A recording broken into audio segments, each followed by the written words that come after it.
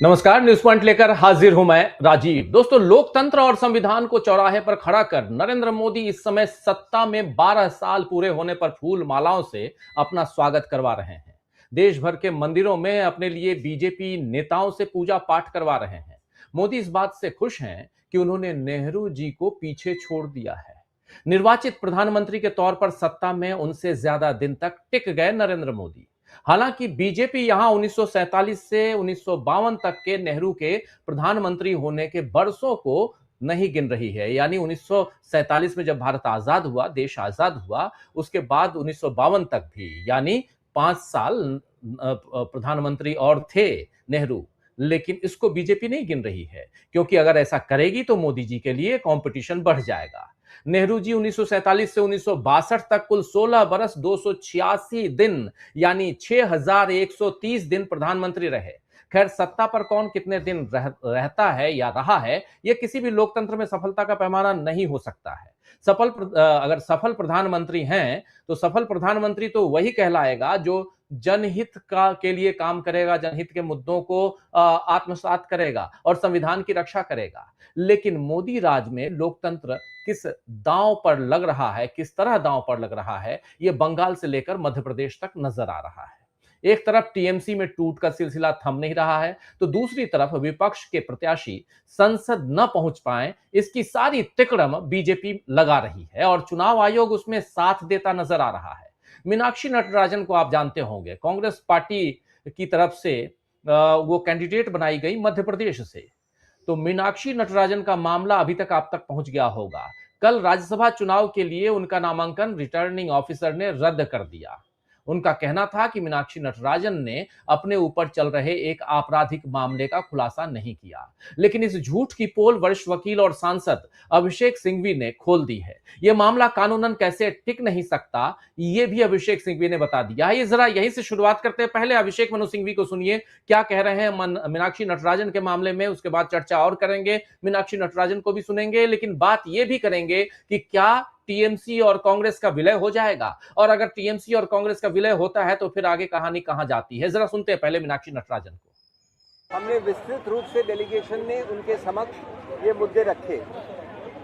Number 1 कि returning officer का निर्णय बिल्कुल विकृत है, कानूनी रूप से गलत है, किसी हद में किसी तरह से उसको समर्थन नहीं किया जा सकता।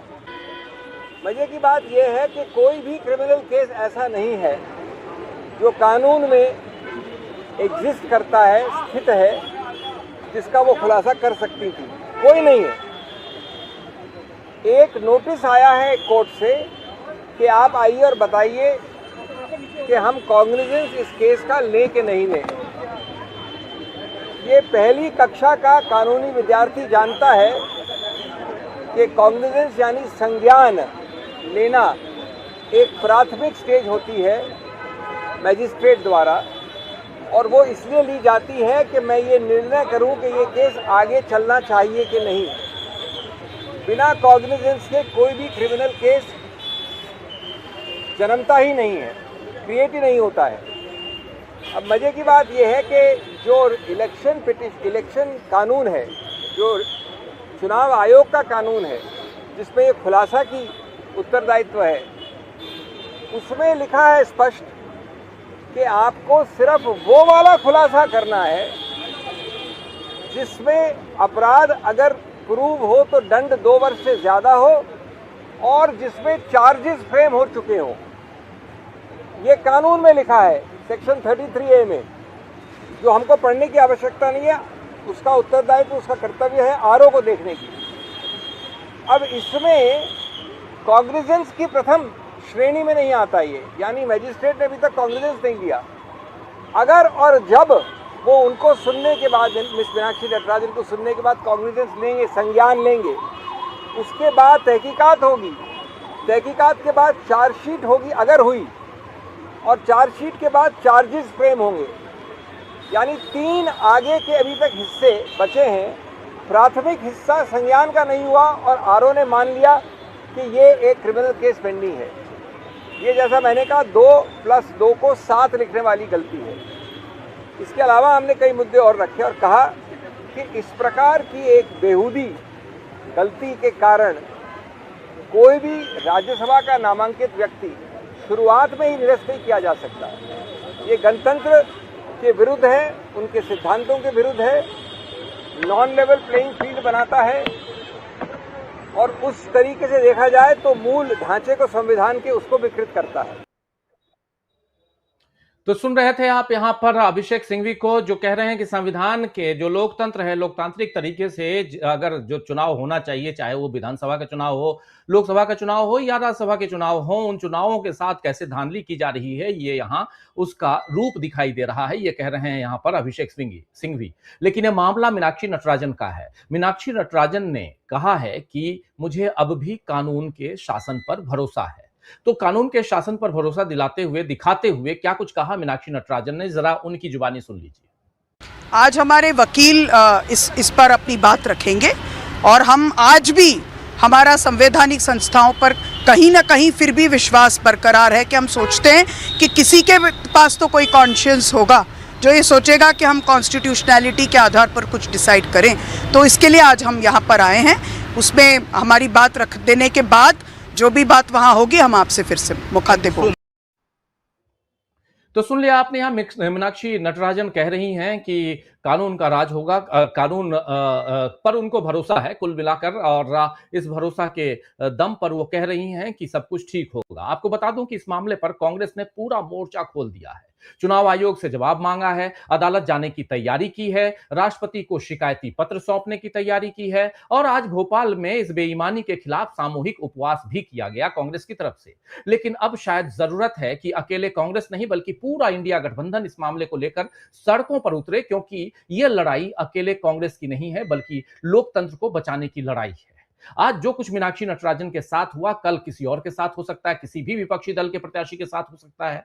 शेर के मुंह में अगर खून लगा है तो उसे रोकना चुनौती भरा काम होता है दोस्तों, आप जानते हैं, और इस समय सारे विपक्ष को इस चुनौती से मिलकर निपटना होगा। कल कांग्रेस अध्यक्ष मल्लिकार्जुन खड़गे ने एक अहम बैठक बुलाई है और हो सकता है कि उसमें कांग्रेस कोई बड़ा फैसला ले। इधर कल ममता बनर्जी सोनिया गांधी से मिली थी, आपको पता होगा, और आज अभिषेक बनर्जी राहुल गांधी से मिले, जिसके बाद अटकलें तेज हैं कि कांग्रेस, जी हां, कांग्रेस और टीएमसी, यानी कांग्रेस में टीएमसी का विलय हो सकता है। इस बात को लेकर अटकलें बहुत तेज हैं। बताया जा रहा है कि अभिषेक बनर्जी और ममता बनर्जी के लिए यह बताया जा रहा है कि अभिषेक जो हैं वो ममता बनर्जी के लिए राज्यसभा में नेता प्रतिपक्ष का पद चाहते हैं। वहीं सोनिया गांधी ने ममता को कांग्रेस का राष्ट्रीय उपाध्यक्ष बनने का प्रस्ताव दिया है।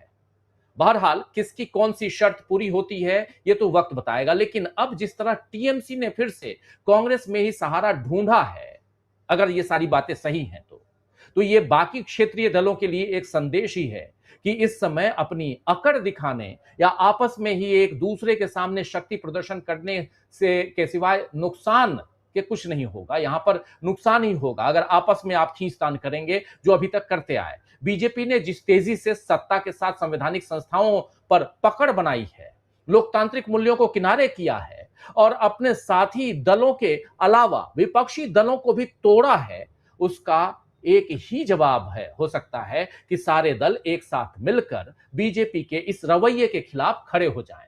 जरूरी नहीं कि इंडिया गठबंधन अब सीधे अगस्त में ही मिले, 2 महीने बाद मिलने का है।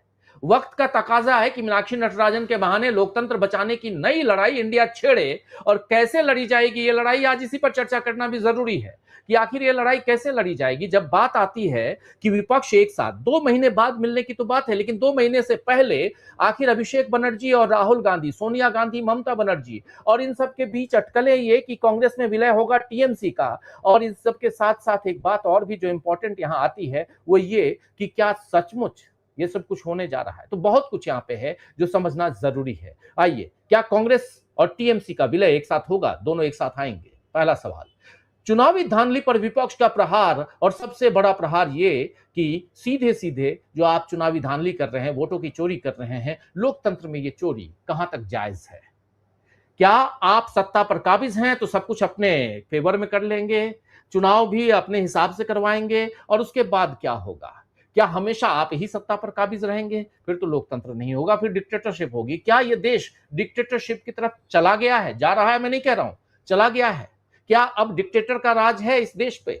सारे सवाल पैदा होते हैं और इन सवालों का जवाब ढूंढने की हम कोशिश करेंगे इस चर्चा में। आइए, हमारे साथ कुछ वरिष्ठ साथी जुड़े हुए हैं, उनसे पहले आपका परिचय करवाता हूं और फिर आगे बढ़ते हैं। जरा स्क्रीन पर ले आइए हमारे तमाम। देखिए, इस वक्त 4 वरिष्ठ साथी हमारे साथ जुड़े हुए हैं। हमारे साथ अमलिंदु उपाध्याय जी हैं, प्रशांत टंडन जी हैं, हमारे साथ प्रोफेसर अखिल स्वामी जी हैं और शकील अख्तर जी हैं। आप चारों का स्वागत इस्तकबाल है। स्वागत इस्तकबाल अब तमाम दोस्त साथी शुभचिंतक आप सबका, जो अब तक जुड़ चुके हैं उनका भी, जो जुड़ने वाले हैं उनका भी। बहुत अहम दिन है। शकील जी, आपके पास आना चाहता हूं। पहले उन अटकलों के बाजार को थोड़ा सा और गर्म करें या शांत करें, वो आपके हाथ में है, लेकिन आपके पास जो जानकारियां हैं वो जरूर बताइए कि क्या सचमुच ऐसा हो रहा है जो खबरें कल से चल रही हैं।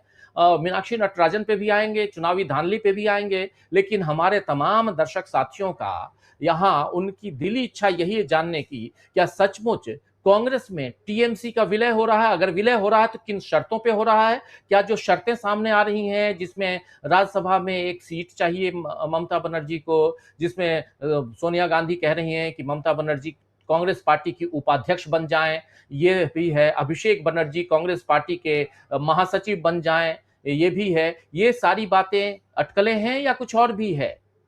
जरा बताइए। राजीव जी, शर्त कोई नहीं। आज जरूरत टीएमसी की है, इसलिए वो बार बार आ रही है। कल करीब 1 घंटे तक ममता बनर्जी मिलके निकली सोनिया गांधी से। आज सुबह 11 बजे सुबह ही सुबह अभिषेक राहुल गांधी से मिलने के लिए गए। कल राहुल यहां नहीं थे, कर्नाटक गए हुए थे। कल भी इन लोगों ने कोशिश की थी कि राहुल गांधी से मुलाकात हो जाए, नहीं हो पाई। आज की स्थिति में जब टीएमसी बुरी तरह टूट रही है, ममता अपने लोगों पे काबू नहीं कर पा रही हैं, उस वक्त ये सब खबरें उसी तरह की हैं कि आप कुछ भी कह दो, कांग्रेस कभी किसी बात का खंडन करती नहीं है, टीएमसी को इस टाइम खंडन करने की जरूरत नहीं है, तो चलती रहेंगी। इस टाइम कोई कैसे कांग्रेस से कुछ मांग सकता है कि उन्हें उपाध्यक्ष बना दे? ममता बनर्जी को उपाध्यक्ष बहुत बड़ी पोस्ट होता है। कांग्रेस के इतिहास में गिनती के उपाध्यक्ष रहे हैं। एक अर्जुन सिंह जी रहे थे, एक राहुल गांधी रहे हैं, तीसरा हमें याद नहीं आता, हो सकता है कोई रहा हो, हमें याद नहीं आता। उपाध्यक्ष जो है बहुत बड़ी पोस्ट होती है कांग्रेस के अंदर। कांग्रेस उपाध्यक्ष नहीं बनाती, कांग्रेस में अध्यक्ष होता है, उसके बाद जनरल सेक्रेटरीज होते हैं। तो राहुल गांधी थे लास्ट, उससे पहले अर्जुन सिंह थे। तो इस टाइम ये मांग करने की हिम्मत अगर कोई कर सकता है, ये संभव नहीं है। खुद अभिषेक के लिए कि मुझे ये बना दो, संभव नहीं है। हाँ, ये बात है कि ममता बनर्जी की ये कोशिश है कि उन्हें कांग्रेस का पूरा समर्थन मिले। वो बुरी तरह टूट चुकी हैं, उनके साथ कोई नहीं है। कई बार तो ये खबरें भी उड़ती हैं कि अभिषेक भी रहेंगे या नहीं रहेंगे, क्योंकि जो सारा शिकायतें हैं जाने वाले सांसदों को या विधायकों को अभिषेक से हैं। ममता से बहुत कम है, अभिषेक से ज्यादा है। अभिषेक के ऊपर बहुत सारे दूसरे चार्जेस भी हैं आर्थिक रूप से। तो ये बहुत बड़ा एक सवाल है कि अभिषेक भी रहेंगे खुद या नहीं रहेंगे। ऐसी स्थिति में अभिषेक को मदद की जरूरत है कांग्रेस की। अभिषेक को मदद है सोनिया गांधी और राहुल की। ममता बनर्जी को मदद की जरूरत है। बात देखिए 1 to 1 हो रही है। सोनिया और ममता बनर्जी की हुई, राहुल की और अभिषेक बनर्जी की हुई। इसमें से अभिषेक बनर्जी से जब बात करी, उसके बाद बंगाल के जर्नलिस्टों ने, बाकी लोगों से तो वो नहीं मिले, उन्होंने बात नहीं करी किसी से भी, लेकिन बंगाल के कुछ दोस्तों से उन्होंने बात करी, तो उनसे उन्होंने कुछ भी कहा कि अभी कुछ भी मेरे पास बताने के लिए नहीं है। मतलब कि उन्होंने अपनी तरफ से कुछ भी अभी फिलहाल नहीं कहा है, नहीं बताया है। तो ये सब बहुत सारी चीजें अभी चलेंगी, चलती रहेंगी। इसमें सबसे खास बात यही है कि कांग्रेस जो है ऐसे में सब पार्टियों की मदद करती है, हर व्यक्ति की भी मदद करती है। ममता बनर्जी 30 साल बाहर रही कांग्रेस से। 1997 में गई थी ये छोड़ के कांग्रेस को, सीताराम केसरी के खिलाफ। सीताराम केसरी ने बहुत अपमान किया था, उस टाइम के अध्यक्ष थे ये ममता बनर्जी सोनिया गांधी की वजह से नहीं गई थी कभी भी। सोनिया गांधी से इनके संबंध खराब नहीं रहे। सोनिया ने हमेशा इनका साथ दिया। 2011 में सोनिया गांधी की मदद से ही, सोनिया गांधी कांग्रेस की अध्यक्ष थी, ये पहली बार मुख्यमंत्री बनी थी। 2011 ही था, ठीक याद है हमें। 2011 में बनी थी, और उसके बाद इन्होंने अपने कई स्टैंड बदले और राहुल गांधी पर व्यक्तिगत हमले भी किए। लेकिन कांग्रेस इसका कोई बदला नहीं लेती है, उसके अंदर विदेश की राजनीति नहीं है, न वो लेगी। लेकिन ये बात कि उपाध्यक्ष बना दो, महामंत्री बना दो, राज्यसभा में फलानी सीट दे दो, लोकसभा में फलानी सीट दे दो, ये सब ऐसी बातें हैं जो ममता बनर्जी के समर्थक या उनके चाहने वाले जो बहुत कम तादाद में भी बचे हैं वो चला रहे हैं। तो उसमें कोई सार नहीं है। हाँ, यह जरूर है कि ममता बनर्जी, अभिषेक बनर्जी पूरी कोशिश कर रहे हैं कि कांग्रेस का उनको साथ मिले। अगर कांग्रेस तैयार हो जाए विलय के लिए, तैयार कांग्रेस को होना है कि क्या कांग्रेस को इससे अभी कोई राजनीतिक लाभ होगा, कहीं ऐसा तो नहीं है कि ये बोझ बन जाए। एसेट तो नहीं बनेगा कांग्रेस के लिए, ये कोई एसेट नहीं होगा। लेकिन कांग्रेस बात को देख रही है कि कांग्रेस के ऊपर कहीं कोई बोझ तो नहीं बन जाएगा। कांग्रेस 12 साल से अपनी लड़ाई लड़ रही है। ममता बनर्जी ने कई बार विरोध किया इंडिया गठबंधन की बैठकों में, कई बार समर्थन भी किया। बेंगलोर की बैठक में उन्होंने कहा था माई फेवरेट राहुल, वह समर्थन भी किया था। तो ममता बनर्जी कभी अपने स्टैंड पे कायम नहीं रह सकी। उन्हें मालूम नहीं था कि क्या करना है, क्या नहीं करना है। कांग्रेस से गए हुए लोगों को उन्होंने शामिल किया, बहुत सारे लोगों को। वहां पे कांग्रेस के अधीर रंजन चौधरी जो राज्यसभा में नेता रहे हैं कांग्रेस के, लोकसभा में उनको हराने के लिए गुजरात से इंपोर्ट करके ले आई एक क्रिकेट के खिलाड़ी को, वो चला गया बीजेपी में आज, यूसुफ पठान। तो ऐसे ममता बनर्जी ने बहुत सारे काम किए हैं। शकील जी सॉरी, माफी चाहूंगा, रोकना चाहूंगा। देखिए, पॉलिटिक्स में ये सारी बातें याद नहीं की जाती हैं जो आप कह रहे हैं। हम लोग एक विश्लेषक होने के नाते ये बातें जरूर याद करते हैं, लेकिन अगर ये बातें याद की जाएं तो नरेंद्र मोदी की पार्टी में जितने भी लोग हैं जो कांग्रेस से या दूसरे दलों से गए हैं और जितना नरेंद्र मोदी को गालियां दी हैं, कम से कम ममता बनर्जी ने सोनिया गांधी, राहुल गांधी को खुल के गालियां तो नहीं दी ना। यहाँ तो सब लोग सफेद हो गए उनके वॉशिंग मशीन में जाके। तो इसलिए मुझे लगता है कि अपने लोगों को ये विश्लेषण न करके आज और आने वाले समय में क्या फायदा होने वाला है, नहीं होने वाला है, इस पे बात करनी चाहिए। क्योंकि पॉलिटिक्स में कोई ना दोस्त होता है ना दुश्मन होता है। तो मुझे ये लगता है कि हम लोग अपना समय इस पे बर्बाद करते हैं। और न सिर्फ आप, तमाम विश्लेषकों को देखता हूं मैं, हम लोग बैक में चले जाते हैं, ममता ने ऐसा किया, उसने ऐसा किया। आज इंडिया गठबंधन को एकजुट रहने की जरूरत है कि नहीं है, और है तो वो कैसे एकजुट रहे, इस पे हम बात करें तो ज्यादा बेहतर होगा। माफी चाहूंगा मैं आपको कह रहा हूं, लेकिन ये बात मैं सिर्फ आपके लिए नहीं कह रहा हूं या आप इंडिविजुअली आपको नहीं कह रहा हूं।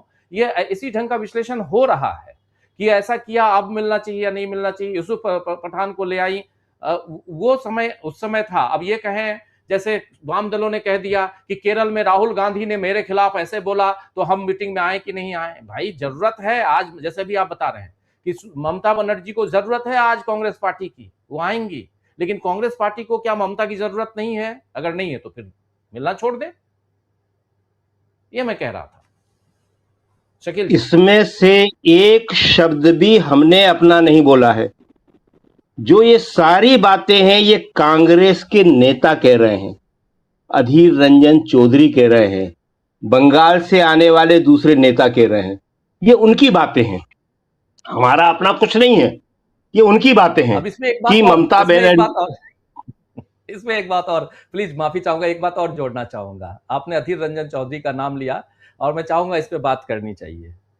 राहुल गांधी का वक्तव्य, अधीर रंजन चौधरी का वक्तव्य, अभी पिछले एक सप्ताह पहले राहुल गांधी ममता बनर्जी के ऊपर, उनकी पार्टी के ऊपर हमला होता है, अभिषेक बनर्जी के ऊपर जिस दिन हमला होता है उस दिन राहुल गांधी का वक्तव्य आप सुनिए, अधीर रंजन चौधरी का वक्तव्य सुनिए। पार्टी के अंदर रह के, विद इन दी पार्टी के खिलाफ, पार्टी के नेताओं और ऐसे भी जो वरिष्ठ नेता हैं उनके वक्तव्यों, बयानों के इतर आप उनसे उसके विपरीत जाके बयान दे रहे हैं। तो अधीर रंजन चौधरी को इसलिए तो हार के बैठे हुए हैं। मैं बस अपना इनपुट देना चाह रहा था, बाकी आप बताइए, अपनी बात रखिए प्लीज।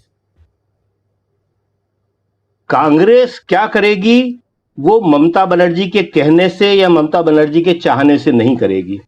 कांग्रेस अपना स्टैंड लेगी इसलिए कि कहीं ममता बनर्जी और तृणमूल कांग्रेस उनके ऊपर बोझ न बन जाए, उनके लिए एक समस्या न बन जाए। उनकी समस्याएं जो हैं, उनकी टूट जो है, वो कांग्रेस को नहीं निपटाना पड़े। तो इसलिए कांग्रेस जो है अपनी राजनीति कर रही है। वो लोग आए, वो लोग मिले, कांग्रेस अच्छी तरह मिली, सोनिया गांधी अच्छी तरह मिली, राहुल गांधी अच्छी तरह मिले, लेकिन कांग्रेस की तरफ से उन्हें फिलहाल कोई किसी किस्म का आश्वासन नहीं दिया गया है। और ममता बनर्जी और अभिषेक बनर्जी लगातार इस बात के लिए रिक्वेस्ट कर रहे हैं कि हमारी मदद की जाए, हमें पार्टी में शामिल करने के लिए कैसी स्थिति बने जिससे हमारी इज्जत बच जाए। तो कांग्रेस को इस वक्त उनकी इज्जत बचाने में कोई इंटरेस्ट नहीं है कि आपका सम्मान बचे या न बचे। कांग्रेस का इंटरेस्ट ये है कि वो जो है एक बोझ को अपने गले न लगा ले। और दूसरी बात यह है कि जो अभी उसके मुद्दे हैं, जो अभी जैसे जयंती नटराजन के साथ हुआ, ऐसे और भी बहुत सारे मुद्दे हैं, उनको लेके उसको जो लड़ाई लड़ना है, वो लड़ाई जो है कमजोर न हो।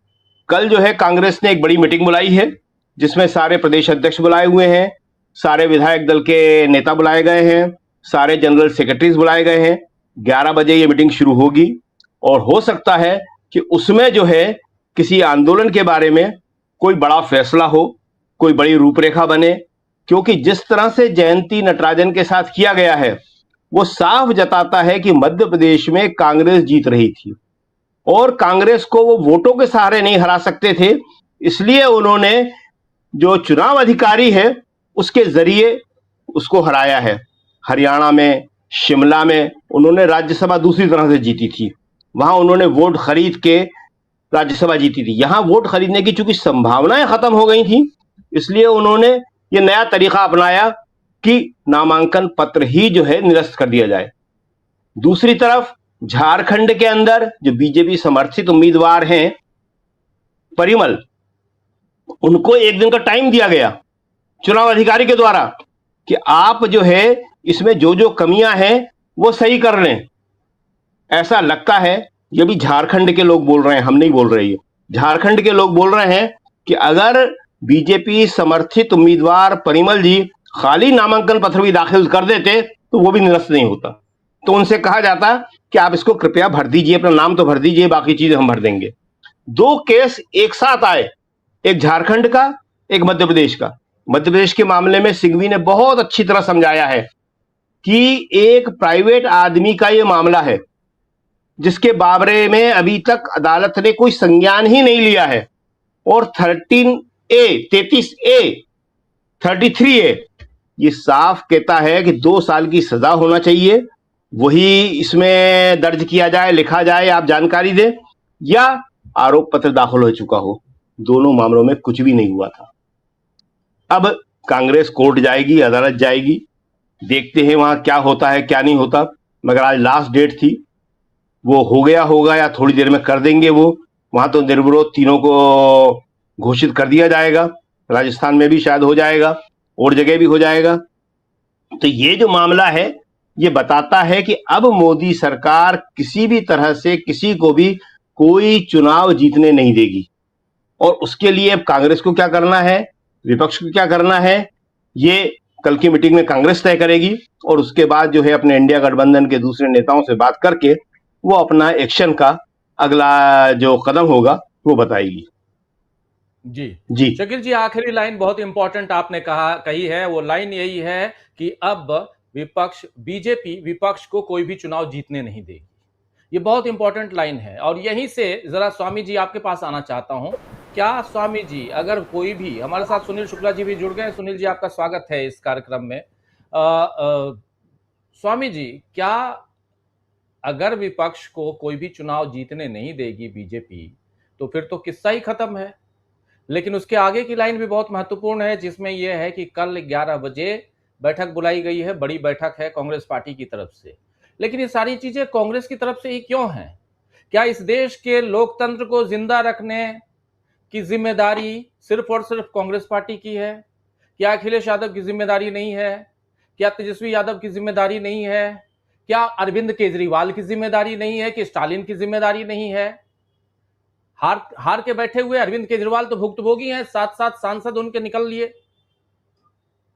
तो जरा आपसे समझना चाहता हूं प्रोफेसर अखिल स्वामी जी कि कैसे देखते हैं आप इस पूरे घटनाक्रम को। सबसे पहले तो वोट चोरी, चुनाव चोरी, और आएंगे उस पर भी बात करेंगे। टीएमसी का कांग्रेस के साथ विलय होता है तो क्या होगा, उसके इफ्स एंड बट्स थोड़ा वो भी समझेंगे। लेकिन पहले वोट चोरी और ये पूरा का पूरा मामला जयंती नटराजन से, मीनाक्षी नटराजन से होते हुए यहां तक का, चुनाव आयोग तक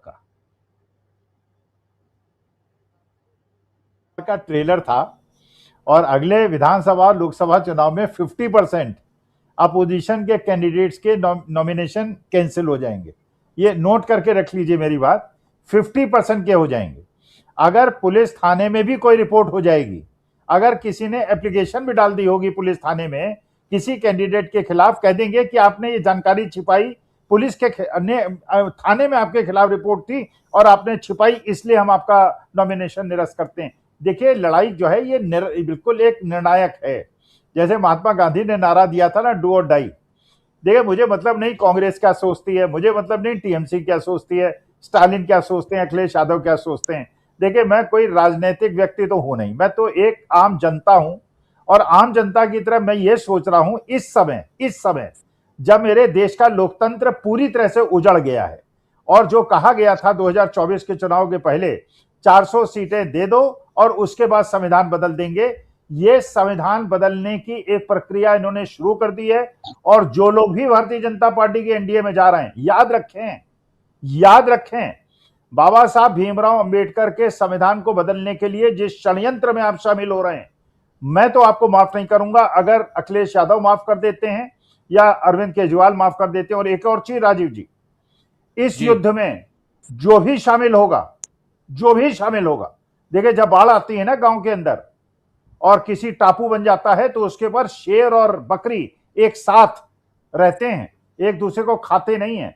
ये समय है निर्णायक, ये समय है हमारे संविधान को बचाने का, हमारे लोकतंत्र को बचाने का। और लोकतंत्र को किस तरह इन लोगों ने खत्म किया है, ये आपने एक अभी जैसे बंगाल की खबर आ रही है, एक पोलिंग स्टेशन पे 97% मुसलमान लोग हैं, वो कह रहे हैं हमने बीजेपी को वोट नहीं दिया और वहां पे 97% वोट बीजेपी को मिला है। देखिए, खुला खेल हो रहा है। लेकिन मैं तो ये मानता हूं, बीती ताही विसार दे आगे की सुध ले, किसको कौन सा पद मिलेगा, किसको नहीं मिलेगा, कौन कहां जाएगा, कौन कहां आएगा, मुझे इससे कोई मतलब नहीं है। मैं तो ये देख रहा हूं कौन तानाशाह के साथ खड़ा हुआ है और कौन तानाशाह के विरोध में खड़ा हुआ है। अखिलेश यादव अगर इस युद्ध में शामिल नहीं होते, अगर इस युद्ध के अंदर तेजस्वी यादव शामिल नहीं होते, उद्धव ठाकरे नहीं होते, शरद पवार नहीं होते, मेरी उनके प्रति सहानुभूति खत्म हो जाएगी। आज के तारीख में एनएसयूआई यूथ कांग्रेस अकेली जिस प्रकार से लड़ रही है और बाकी लोग चुपचाप अपने घर में बैठे हुए हैं, सबके घर लुटेंगे।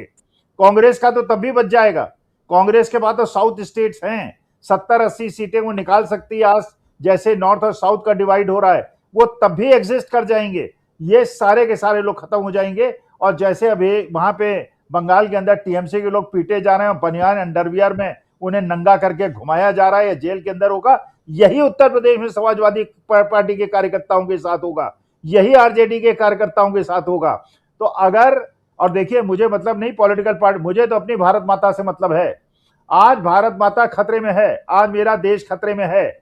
मेरे देश के साथ जो खड़ा है, जैसे अगर मैं पैदा हो गया होता 1947 के पहले और मतलब मेरे में सोचने समझने की शक्ति आ गई होती, जो भी अंग्रेजों के साथ खड़ा था वो गद्दार था, जो अंग्रेजों के खिलाफ खड़ा था वो मेरा आराध्य था। आज के तारीख में तानाशाही के साथ खड़े वाले कोई भी चला जाए, कोई भी हो जो आज तानाशाही के साथ खड़ा है और संविधान को बदलने के साथ खड़ा है, मैं उसका धुर विरोधी हूं। और आज के तारीख में तानाशाही को खाड़ने के लिए जो भी होगा, गिलहरी की तरह अपने ऊपर मिट्टी लपेट के भगवान श्री राम के पुल को बनाने के लिए जो भी मेहनत करेगा, जैसे आपको पता ही होगा ना, एक बार चिड़िया, जंगल में आग लग गई, चिड़िया अपने मुंह में एक दाना पानी लेके और आग को बुझाती थी जा जाके। लोगों ने कहा इतनी बड़ी आग है, तुम्हारे एक बूंद पानी से ही आग बुझेगी क्या? उसने कहा यह सवाल नहीं है कि मेरे बूंद से आग बुझेगी कि नहीं बुझेगी, सवाल यह है कि जब पूछा जाएगा जब जंगल में आग लगा था तो तुम जंगल में रहने वाले लोग किसने क्या प्रयास किया था? बाकी तो मस्ती से आग को लगते हुए देख रहे हैं, मैं कम से कम प्रयास कर रही हूं। इस समय जो प्रयास करेगा, वरना इतिहास हमको माफ नहीं करेगा। मैं तो बहुत दिन रहने वाला नहीं हूं, मेरी तो उम्र हो गई है, लेकिन इतिहास माफ नहीं करेगा लेकिन ये अपना राजीव जी, हमें आपको जितने पैनलिस्ट हैं कम से कम भारत इतिहास में याद करेगा। हमारी वीडियो तब भी रहेंगी। हमने देश को बचाने के लिए, देश के संविधान लोकतंत्र को बचाने के लिए अंतिम प्रयास किया था, चाहे छोटा प्रयास था, और मैं उनको कतई माफ नहीं करूंगा जो इस युद्ध में तानाशाह के साथ खड़े हैं। स्वामी जी, लेकिन आप ये बोलना छोड़ दीजिए कि मैं तो ज्यादा दिन रहूंगा नहीं, अगले 20 साल बाद तब भी, और विकसित भारत देख के जाना है आपको। विकसित भारत देखना है अरे आप मुझे भाई साहब राजेश जी छुटकारा दिलवा दीजिए, विकसित राज तभी देख पाऊंगा। विकसित भारत पे न्यूज पॉइंट करेंगे, थोड़ा हम लोग अमेरिका बन जाएंगे, अमेरिका हमारी तरह रहेगा, हम अमेरिका की तरह रहेंगे। तो इसलिए थोड़ा सा, अभी तो मोदी जी ने दोस्ती की है डोनाल्ड ट्रंप से, अभी आगे विकसित भारत भी तो बनाना है, अभी सब करना है। न्यूज पॉइंट में आप भी रहेंगे, शकील जी रहेंगे, सुनील शुक्ला जी रहेंगे, प्रशांत जी रहेंगे, हमलेंदु जी रहेंगे, सब लोग रहेंगे। जी जी स्वामी जी। नहीं राजीव जी, अभी का भारत मुझसे नहीं देखा जा रहा, इससे ज्यादा विकसित में नहीं देख पाऊंगा। मेरे को तो भैया 2014 का भारत लौटा दो, मुझे वो भारत लौटा दो जब हम एकजुट होकर रहते थे। मेरे देश को तोड़ दिया गया है। ऐसा भारत मैंने कहा राजीव जी कल्पना नहीं की थी कभी, मुझे देखना पड़ेगा।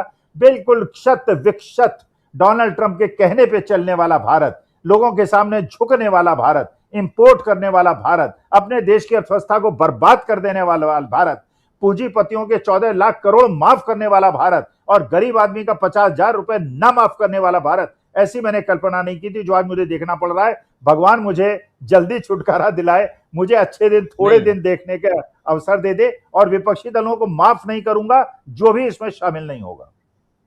बिल्कुल बिल्कुल, आप सही कह रहे हैं। तो 2014 के से पहले वाले भारत के लिए भी रहना होगा, तो हिम्मत रखिए स्वामी जी। आप अगर हिम्मत नहीं रखेंगे तो फिर हमारे इतने सारे दर्शक साथी जो जुड़े हुए हैं, कई लोग, मैं एक बार कार्यक्रम कर रहा था, प्रशांत जी भी थे, हम लोग मैसूरू में कर्नाटक के चुनाव के समय, एक 75 ईयर्स ओल्ड हमारे दर्शक आए अपने 2 पोतों के साथ, ग्रैंडसन के साथ, और लिपट के वो रोने लगे, और उन्होंने कहा कि न्यूज पॉइंट देखता हूं, डीबी लाइव देखता हूं, और हिम्मत मिलती है। एक समय तो ऐसी इच्छा हो रही थी कि अब खुद जान ले लूं अपनी, इस दुनिया से रुखसत हो जाऊं, लेकिन हिम्मत मिलती है आप लोगों के कार्यक्रम को देखकर, और इसलिए आप लोगों से मिलने भागा 15 किलोमीटर दूर। आप सोचिए, 8:30-9 बजे हमारा प्रोग्राम खत्म होता है, उस समय मैसूरू महल के सामने, और आए थे प्रशांत जी, आपको याद होगा, आए, मिले। तो इसलिए ऐसे लोग हैं स्वामी जी, और आप अगर अपनी हिम्मत छोड़ देंगे, तोड़ देंगे, तो फिर हमारे जो साथी हैं उनको कीमत, आपको, हमको, सबको, हमारा काम न सिर्फ भारत को 2014 से पहले या एक अच्छा भारत बनाने का है। जिम्मेदारी देखिए, हमारी जिम्मेदारी जो है वो इस लोकतंत्र को बचाना, धर्मनिरपेक्षता को कायम रखना, हमारा जो संविधान है, जिससे ये देश पूर्ण रूप से एक अपने आप में आगे बढ़ता हुआ, जहां पर किसी ढंग की कोई भेदभाव नहीं था, उस देश की तरफ वो बनाना हमारी जिम्मेदारी है। और इसमें हमारे विचारों से जो मेल खाता है वो हमारे साथ आ जाए। विपक्ष के नेता हैं, विपक्ष की पार्टियां हैं, वो आज कांग्रेस पार्टी हमारे विचारों से मेल खाती है, आप लोगों को लगता है ये कांग्रेस का समर्थक है, भाई हम समर्थक किसी के नहीं है, हमारे विचार मेल खाते हैं। तो हम कल को कांग्रेस अगर यही काम करेगी जो नरेंद्र मोदी कर रहे हैं, तो हम कांग्रेस के लिए यही सब करेंगे जो आज नरेंद्र मोदी की पार्टी के लिए कर रहे हैं। लेकिन उम्मीद नहीं है कि कांग्रेस ऐसा करेगी जैसा नरेंद्र मोदी की पार्टी कर रही है, क्योंकि कांग्रेस का ये इतिहास नहीं रहा है। कांग्रेस पे भरोसा है, और विपक्ष के और भी तमाम दलों पे भरोसा है, लेकिन उन दलों को भी सोचना चाहिए, जैसे अरविंद केजरीवाल की पार्टी, 7 सांसद आपके टूट के चले गए, लेकिन उसके बाद भी आपको ये याद नहीं आ रहा है, ये समझ में नहीं आ रहा है कि ये देश कहां जा रहा है। इसलिए जरूरी है सोचना। ममता बनर्जी को जल्दी समझ में आ रही है, बात तो बहुत अच्छी बात है, लेकिन जल्दी से आना चाहता हूं। स्वामी जी आऊंगा आपके पास दोबारा, शकील जी भी अपनी बात रख चुके हैं, उनके पास भी आऊंगा। प्रशांत जी आपके पास आना चाहता हूं। प्रशांत जी कैसे देखते हैं आप? सबसे पहले आपसे जरा समझना चाहता हूं, आप अगर दो सब्जेक्ट यहाँ पे इंपॉर्टेंट है, दोनों का जो मंजिल है वो एक ही है, टारगेट पॉइंट एक ही है, लोकतंत्र। और इस लोकतंत्र में एक कांग्रेस और टीएमसी का विलय अगर होता है तो, और विलय क्यों होना चाहिए, इसके पीछे की रणनीति क्या है, इन सब पे। दूसरा पॉइंट जयंती नटराजन, माफी चाहूंगा बार बार जयंती का नाम आ रहा है, मीनाक्षी नटराजन, ये दोनों को अगर आप देखिए तो एक ही जगह है जहां पर इस देश के लोकतंत्र के साथ छेड़छाड़ नहीं, बल्कि उसको बिल्कुल आग लगा दिया जा रहा है, आग लगाने की कोशिश है, लगा दिया है। प्रशांत जी, जिस भी सब्जेक्ट को उठाना चाहे उठा लीजिए। यहाँ पे पॉलिटिक्स को लंबे समय से देखा है, शकील जी और सबने देखा है, सुनील जी ने देखा है, स्वामी जी ने देखा है, अमरिंदर जी ने देखा है, आपने भी देखा है। 80 के दशक की जो पॉलिटिक्स थी, हमको दिल्ली की सड़कों पे वो दिखाई दे रही है। और अगर आप पिछले एक हफ्ते का देखें तो अगर कोई हिस्ट्री की कोई फिल्म चल रही है तो ये जो फिल्म का फास्ट फॉरवर्ड हमको दिखाई दे रहा है। ऐसा लग रहा है कि हिंदी फिल्म का आखिरी रील चल रही है, जब पुलिस को भी आना है और पिस्तौल कभी विलेन के पास है तो कभी हीरो के पास है, छत पे लड़ाई हो रही है, कौन कौन किसके साथ चला गया, एकदम अफरा तफरी का माहौल है। ये माहौल इस वक्त देश का है। आर्थिक स्थिति बेहद खराब है, चिंताजनक है। बैलेंस ऑफ पेमेंट की स्थिति कोलैप्स की तरफ है। सोना बिकने की बातें आती हैं लेकिन फिर वो उसका खंडन आता है, लेकिन वो खंडन भी कन्विंसिंग खंडन नहीं आता है। हमको इंतजार होगा कि सोने की फिगर्स क्या आती हैं। वो विदेशी मुद्रा के बारे में है, एफडीआई के बारे में है, पेट्रोल डीजल की महंगाई के बारे में है। पेपर लीक हो रहे हैं, एक के बाद एक पेपर लीक हो रहे हैं, और नीट के बाद अभी फिर पेपर लीक हुए हैं। तो पेपर लीक हो रहे हैं, छात्र परेशान है, जुडिशरी बैडमिंटन खेल रही है सरकार के साथ इंग्लैंड में। ये अफरा तफरी का माहौल। और रात में कल 11 बजे 10 बजे कांग्रेस के पूर्व मुख्यमंत्री, कांग्रेस के नेता के.सी. वेणुगोपाल सड़कों पर बैठे हुए, चुनाव आयोग मिलने को तैयार नहीं है। ये पूरा जो तृणमूल कांग्रेस में हम देख रहे हैं जो हो रहा है, तो पूरा इस देश में अफरा तफरी का माहौल है। मोदी जी जस्ट जरूर मना लें 12 साल का ये, लेकिन आप देखिए कि वो 12 साल कहाँ दिखाई दे रहे हैं, कि कौन सा वर्ग है इस देश में जो कि संतुष्ट है, कौन सा वर्ग है जो खुशहाल है, चाहे वो मजदूर है, चाहे वो किसान है, चाहे वो छात्र है, चाहे वो युवा है, चाहे वो महिला है, चाहे वो दलित हैं, चाहे वो अपोजिशन के पॉलिटिशियन भी हैं। तो ये स्थिति है। और इसमें हमें जरा एक एक करके जो पॉलिटिकल बातें हैं वो रहते। सबसे पहली बात मीनाक्षी नटराजन। देखिए, सिंघवी जी ने बता दिया, उसमें सिर्फ एक बात मैं जोड़ना चाहता हूं कि जो अभी ये लोग इलेक्शन कमीशन गए थे, इलेक्शन कमीशन अभी तक कोई फैसला नहीं किया है। कांग्रेस पार्टी इंतजार कर रही है कि चुनाव आयोग कोई फैसला करे तो उसके बाद वो सुप्रीम कोर्ट या कोर्ट जाएंगे, अदालत में जाएंगे, क्योंकि अदालत में मेरे हिसाब से मामला ठहरता नहीं है। ज्ञानेश कुमार तो वही करेंगे जो बीजेपी चाहेगी। ज्ञानेश कुमार तो उनके बनाए हुए हैं, वो बीजेपी जो चाहेगी वो करेंगे। इसीलिए वो ये, अगर आप इस पूरे मामले को देखेंगे तो किसी भी अधिकारी के लिए, चाहे रिटर्निंग ऑफिसर हो, चाहे वो इलेक्शन कमिश्नर हो, ये 5 मिनट का मामला है। ये 5 मिनट में 3 कागज देखने हैं आपको। एक वो हैदराबाद के कोर्ट का मामला देखना है, मीनाक्षी नटराजन का आपको नॉमिनेशन देखना है, बीजेपी का जो ऑब्जेक्शन है वो देखना है, और इस पे आपको फैसला करना है। अब इसकी मेरिट पे एक बात मैं बता दूं। देखिए, जब आपराधिक मुकदमा जो उन्होंने सिंघवी जी ने बता दिया, आपराधिक मुकदमा क्या होता है? आपराधिक मुकदमा वो होता है कि जब वो लिखा जाए state of Telangana versus Meenakshi Natarajan, तो क्या ये state of Telangana versus Meenakshi Natarajan नहीं है। जैसे ही एफआईआर रजिस्टर्ड होती है, मेरे खिलाफ अगर उत्तर प्रदेश में एफआईआर रजिस्टर होगी, तो वो एफआईआर रजिस्टर होने के बाद वो जो मुकदमा लिखा जाएगा वो होगा स्टेट ऑफ यूपी वर्सेस प्रशांत टंडन। ये प्राइवेट कंप्लेंट नहीं होती है। तो पहली बात ये, अब उसने बीजेपी ने गड़बड़ क्या की है, चालाकी क्या की है, और जिसने प्रभावित हुए, आरोप प्रभावित हुए, या वो उनकी मंशा ठीक नहीं थी, जो भी बात है, कोर्ट ने कहा रिस्पोंडेंट नंबर 4 मीनाक्षी नटराजन, और इन्होंने हिंदी में लिखा उसको। बीजेपी ने अपने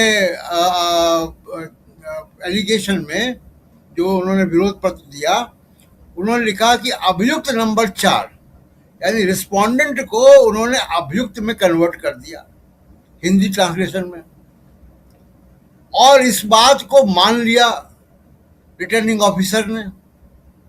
जी। तो ये मामला अभी पुलिस एफआईआर नहीं है, कोर्ट ने कॉग्निजेंस नहीं लिया है, तो ये क्यों मीनाक्षी नटराजन अपने एफिडेविट में बताती? यहां तो लोग एफिडेविट में पत्नियां गायब कर चुके, तो मतलब ये कोर्ट में मामला नहीं ठहरेगा। इसलिए चुनाव आयोग अभी तक इसमें फैसला, अभी तक जो मैं देख के आया हूं, अभी तक कोई फैसला इस पर नहीं आया। प्रशांत जी, प्रशांत जी, आपको पता है कि आपत्ति किसने लगाई थी वहां पे? ये रिटायर्ड जज हैं, जस्टिस रोहित आर्या। जब रोहित आर्या लगाएंगे, रिटायर्ड जज ये आपत्ति दर्ज कराएंगे, तो रिटर्निंग अधिकारी की हैसियत क्या है? हिम्मत है कि वो रिटायर्ड जज जस्टिस रोहित आर्या, उनके उसको हाई कोर्ट के जज हैं, वो आपत्ति अगर हाई कोर्ट के रिटायर्ड जज करेंगे, लगाएंगे, और रिटर्निंग ऑफिसर जो हैं महेश केवट, वो क्या जवाब देंगे? वो तो यही करेंगे। तो यहाँ पर पूरा खेल जो है, खुला खेल फर्रुखाबादी, अभी कह रहे थे शकील अख्तर जी या हमारे स्वामी जी को कह रहे थे, ये तो वही है कि आप ऐसे लोगों को लाके वहां पर जिनका थोड़ा सा वजन हो, जिनको देखकर बाकी लोग कह रहे रिटायर्ड जज है, रिटायर्ड जस्टिस है, उन्होंने किया है तो सही होगा कानूनन, बिल्कुल। क्योंकि कल से ये माहौल बनाया जा रहा है, इसलिए मैं स्पेशली यहाँ मेंशन कर रहा हूँ। तो वो शरारतपूर्ण है जी। फिर मैं ये कहूंगा कि अगर वो जज हैं तो उन्होंने शरारत की है कि आपने रिस्पोंडेंट को अभियुक्त लिखा है। क्या जज को नहीं मालूम है कि रिस्पोंडेंट और अक्यूज में अंतर क्या होता है? क्या जज को ये नहीं मालूम होता है कि अक्यूज और रिस्पोंडेंट अलग अलग चीजें हैं? क्या उनको ये नहीं मालूम होता है कि क्रिमिनल केस का मतलब होता है state of Telangana versus Meenakshi Natarajan? क्या ये मुकदमा है? तो ये पूरी साजिश है, और वो साजिश यही है कि मीनाक्षी नटराजन को रोकना है। लेकिन मुझको अभी भी लगता है कि कोर्ट में जब मामला जाएगा तो कोर्ट इसको, कितना भी कोर्ट बायस्ड हो, कानून तो देखेंगे, और अगर कानून भी नहीं देख रहे हैं तो फिर ये कोर्ट क्या, फिर बैडमिंटन कोर्ट है ये? इंग्लैंड का बैडमिंटन कोर्ट बन चुका है। तो मुझे लगता है, दूसरी बात यह कि वो चुनाव आयोग कब वो करता है कब नहीं करता। दूसरी बात है कि तृणमूल कांग्रेस में हम कानूनी चर्चा जो भी कर रहे हैं कि संविधान और शेड्यूल 10 और दल बदल कानून, वो सब, लेकिन हकीकत पॉलिटिकली ये है कि ममता बनर्जी की लेजिस्लेटिव और पॉलिटिकल पार्लियामेंट्री पार्टी उनके हाथ से निकल गई है। कुछ थोड़े से वफादार उनके पास हैं, बाकी लोग निकल चुके हैं। जिनके नाम आ रहे हैं बहुत चौंकाने वाले नाम है। सयोनी घोष का भी नाम उसमें आ रहा है, शत्रुघ्न सिन्हा का भी नाम आ रहा है। ये चौंकाने वाले नाम है, और इनका बड़ा असर होगा। असर ये होगा कि इन्होंने बड़े बड़े स्टैंड लिए थे जनता के बीच में जाके, और अगर ये भी जाते हैं, जो पुष्टि अगर हो जाती है, तो जनता का भी विश्वास कम होगा कि ये लोग जो बड़ी आदर्श बातें करने वाले लोग हैं, ये कब कहाँ चले जाएंगे कोई भरोसा नहीं है। तो ये एक सेटबैक। थोड़ा सा रोकना चाहूंगा प्रशांत जी थोड़ा रोकना चाहूंगा। ये जो आप फोटो देख रहे हैं, वीडियो देख रहे हैं, ये एनडीए की आज बैठक हुई थी, लेकिन इस वीडियो में अगर आप खोजने की कोशिश कीजिए, मैंने एक आदमी को खोजने की कोशिश की, नाम है नीतीश कुमार, मुझे नहीं दिखे। अगर आपको दिखेंगे तो जरूर बताइएगा। अपनी बात आगे रखिए, लेकिन नीतीश बाबू को जरा खोजिएगा। एनडीए की बैठक थी आज। तो नीतीश कुमार का भविष्य नीतीश कुमार जानते हैं, और ये लोगों के लिए है जो अब बीजेपी में जा रहे हैं, जो बीजेपी के साथ जा रहे हैं, जो एनडीए में जा रहे हैं, उनके साथ है। और ये शॉल जरूर पहना रहे हैं मोदी जी के लिए। कल मैंने कहा था कि इनके लिए बुरी खबर है, सबसे बड़ी बुरी खबर इनके लिए है, क्योंकि अगर तृणमूल कांग्रेस के 20 लोग जो है एनडीए में के साथ आएंगे तो चंद्रबाबू नायडू की धौंस खत्म हो गई पार्टी को एनडीए के अंदर। उनसे बड़ी संख्या में लोग आ रहे हैं बाहर से। नीतीश कुमार तो पहले ही खत्म हो चुके हैं। तो लेकिन जो देश के स्तर पर, राष्ट्रीय स्तर पे हो रहा है, वो ये हो रहा है कि जुडिशरी हो, चाहे वो इलेक्शन कमीशन हो, हम देख रहे हैं अपनी आंखों के सामने कि ये स्थितियां बहुत खराब हैं। ये संवैधानिक लोकतंत्र जो है वो आईसीयू में है, और एकमात्र पार्टी लड़ती हुई दिखाई दे रही है वो कांग्रेस है। हम कांग्रेस के साथ, जैसे आपने कहा कि हम कांग्रेस के साथ नहीं, हम क्यों होंगे कांग्रेस के साथ, लेकिन हम संविधान के साथ हैं। हम भारत के संविधान के साथ है, और भारत के संविधान को इस वक्त जो भी बचाएगा वो उसके साथ है। बिल्कुल। तो इस वक्त कांग्रेस पार्टी, राहुल गांधी भारत की संवैधानिक लोकतंत्र को बचाते हुए दिख रहे हैं, सड़कों पे दिख रहे हैं। वो एयर कंडीशन कमरों में नहीं बैठे हुए हैं, वो सड़क पे लेटे हुए हैं रात में 11 बजे भी। और ये मुझे ऐसा लग रहा है कि इस देश में 1980 का दौर वापस आ रहा है, और वो जो पॉलिटिकल उथल पुथल हमको दिखाई दे रही है, जब ये सेटल होगी तब हम देखेंगे कि एक नया अध्याय भारत के लोकतंत्र में शुरू होगा। जिसको कहते हैं ना कि दीपक बुझने से पहले बड़ा तेजी से जलता है। तो क्योंकि आप यहाँ देखिएगा कि तृणमूल कांग्रेस पूरी पूरी टूट के जा रही है, मोदी जी को लोग शॉल पहना रहे हैं, लेकिन आप सड़क पर निकलिए, लोगों से बात कीजिए, महिलाओं से बात कीजिए, छात्रों से बात कीजिए, तो हर व्यक्ति सरकार के प्रति अविश्वास व्यक्त कर रहा है। तो ये दो पहलू हैं। मुझको वो दूसरा पहलू है सड़क वाला, वो सड़क वाला पहलू मुझे दिखाई दे रहा है कि हाँ, इस देश के लोग अब बदलने को तैयार हैं। अब दूसरी बात की जो क्षेत्रीय पार्टियों का मामला है, आखिरी बात कह रहा हूँ इस बार में, कि क्षेत्रीय पार्टियों का मामला है। इस वक्त देश में आप कहीं बात कर लें, मीडिया में देख लें, सोशल मीडिया में देख लें, सड़क पे देख लें, सेमिनार हॉलों में देख लें, गोष्ठियों में देख लें, एक बाइनरी तय हो गई है। Congress versus BJP, Rahul Gandhi versus Modi. अब इसी के इर्द गिर्द पूरा लड़ाई का संग्राम है, और हम इस लड़ाई की आखिरी रील पे है। जो हिंदी फिल्म में होता है, आखिरी पुलिस आती है, तो हम उसकी आखिरी रील हमको दिखाई दे रही, जो अफरा तफरी है वो वही दिखाई दे रहा है। जी राजीव जी, बिल्कुल बिल्कुल, आप सही कह रहे हैं। ये आखिर इस अफरा तफरी के बाद क्या सब कुछ जैसे फिल्मों में बिल्कुल सब सही हो जाता है, सब कुछ ठीक हो जाता है, हीरो जो है विलेन को मार के और हीरोइन को लेके निकल लेता है। तो क्या ये सब होने जा रहा है? देखते हैं, आने वाला वक्त बताएगा। लेकिन सुनील शुक्ला जी, जरा समझना चाहूंगा, वो भी देश के लोकतंत्र के साथ ये तो खिलवाड़ है। अभी 1 महीना नहीं बीता, ममता बनर्जी की पार्टी को तोड़ दिया गया। चुनाव दर चुनाव जिस भी ढंग से एक ही तरह के 2 आपत्तियां दर्ज हुई, एक मध्य प्रदेश में और दूसरा झारखंड में।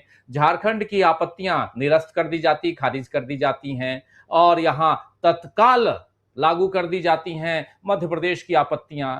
आखिर हो क्या रहा है सुनील शुक्ला जी?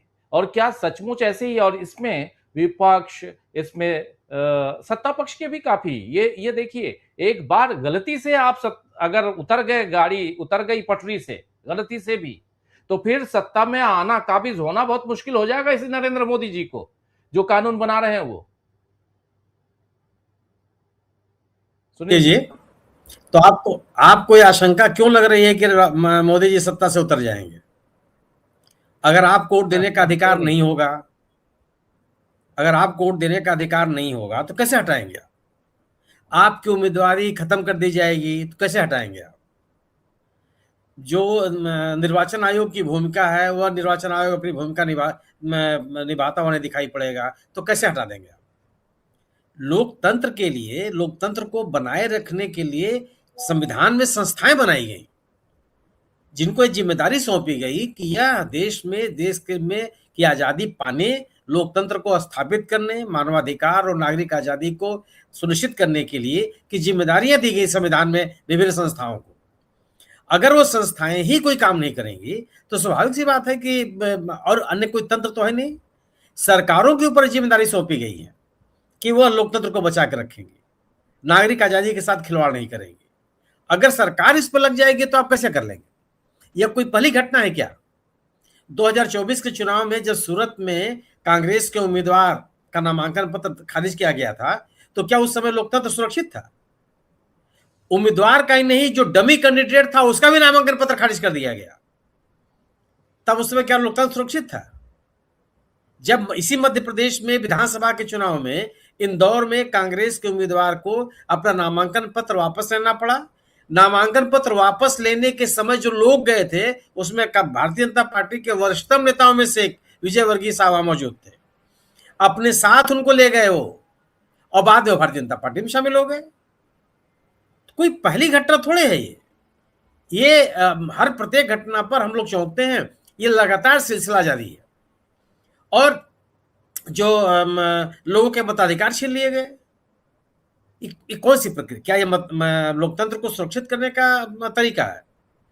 सर, जिन देशों में लोगों को मताधिकार दिया गया, लोगों ने जश्न मनाया।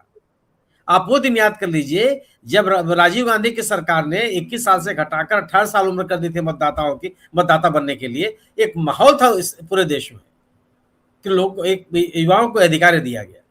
आज क्या स्थिति है? उत्तर प्रदेश में 2 करोड़ से ज्यादा लोगों के मताधिकार छीन लिए गए। और अभी जहां पे जनादेश की बात की जा रही है, वहां पश्चिम बंगाल में 90 लाख से ज्यादा लोगों के मताधिकार छीन लिए गए।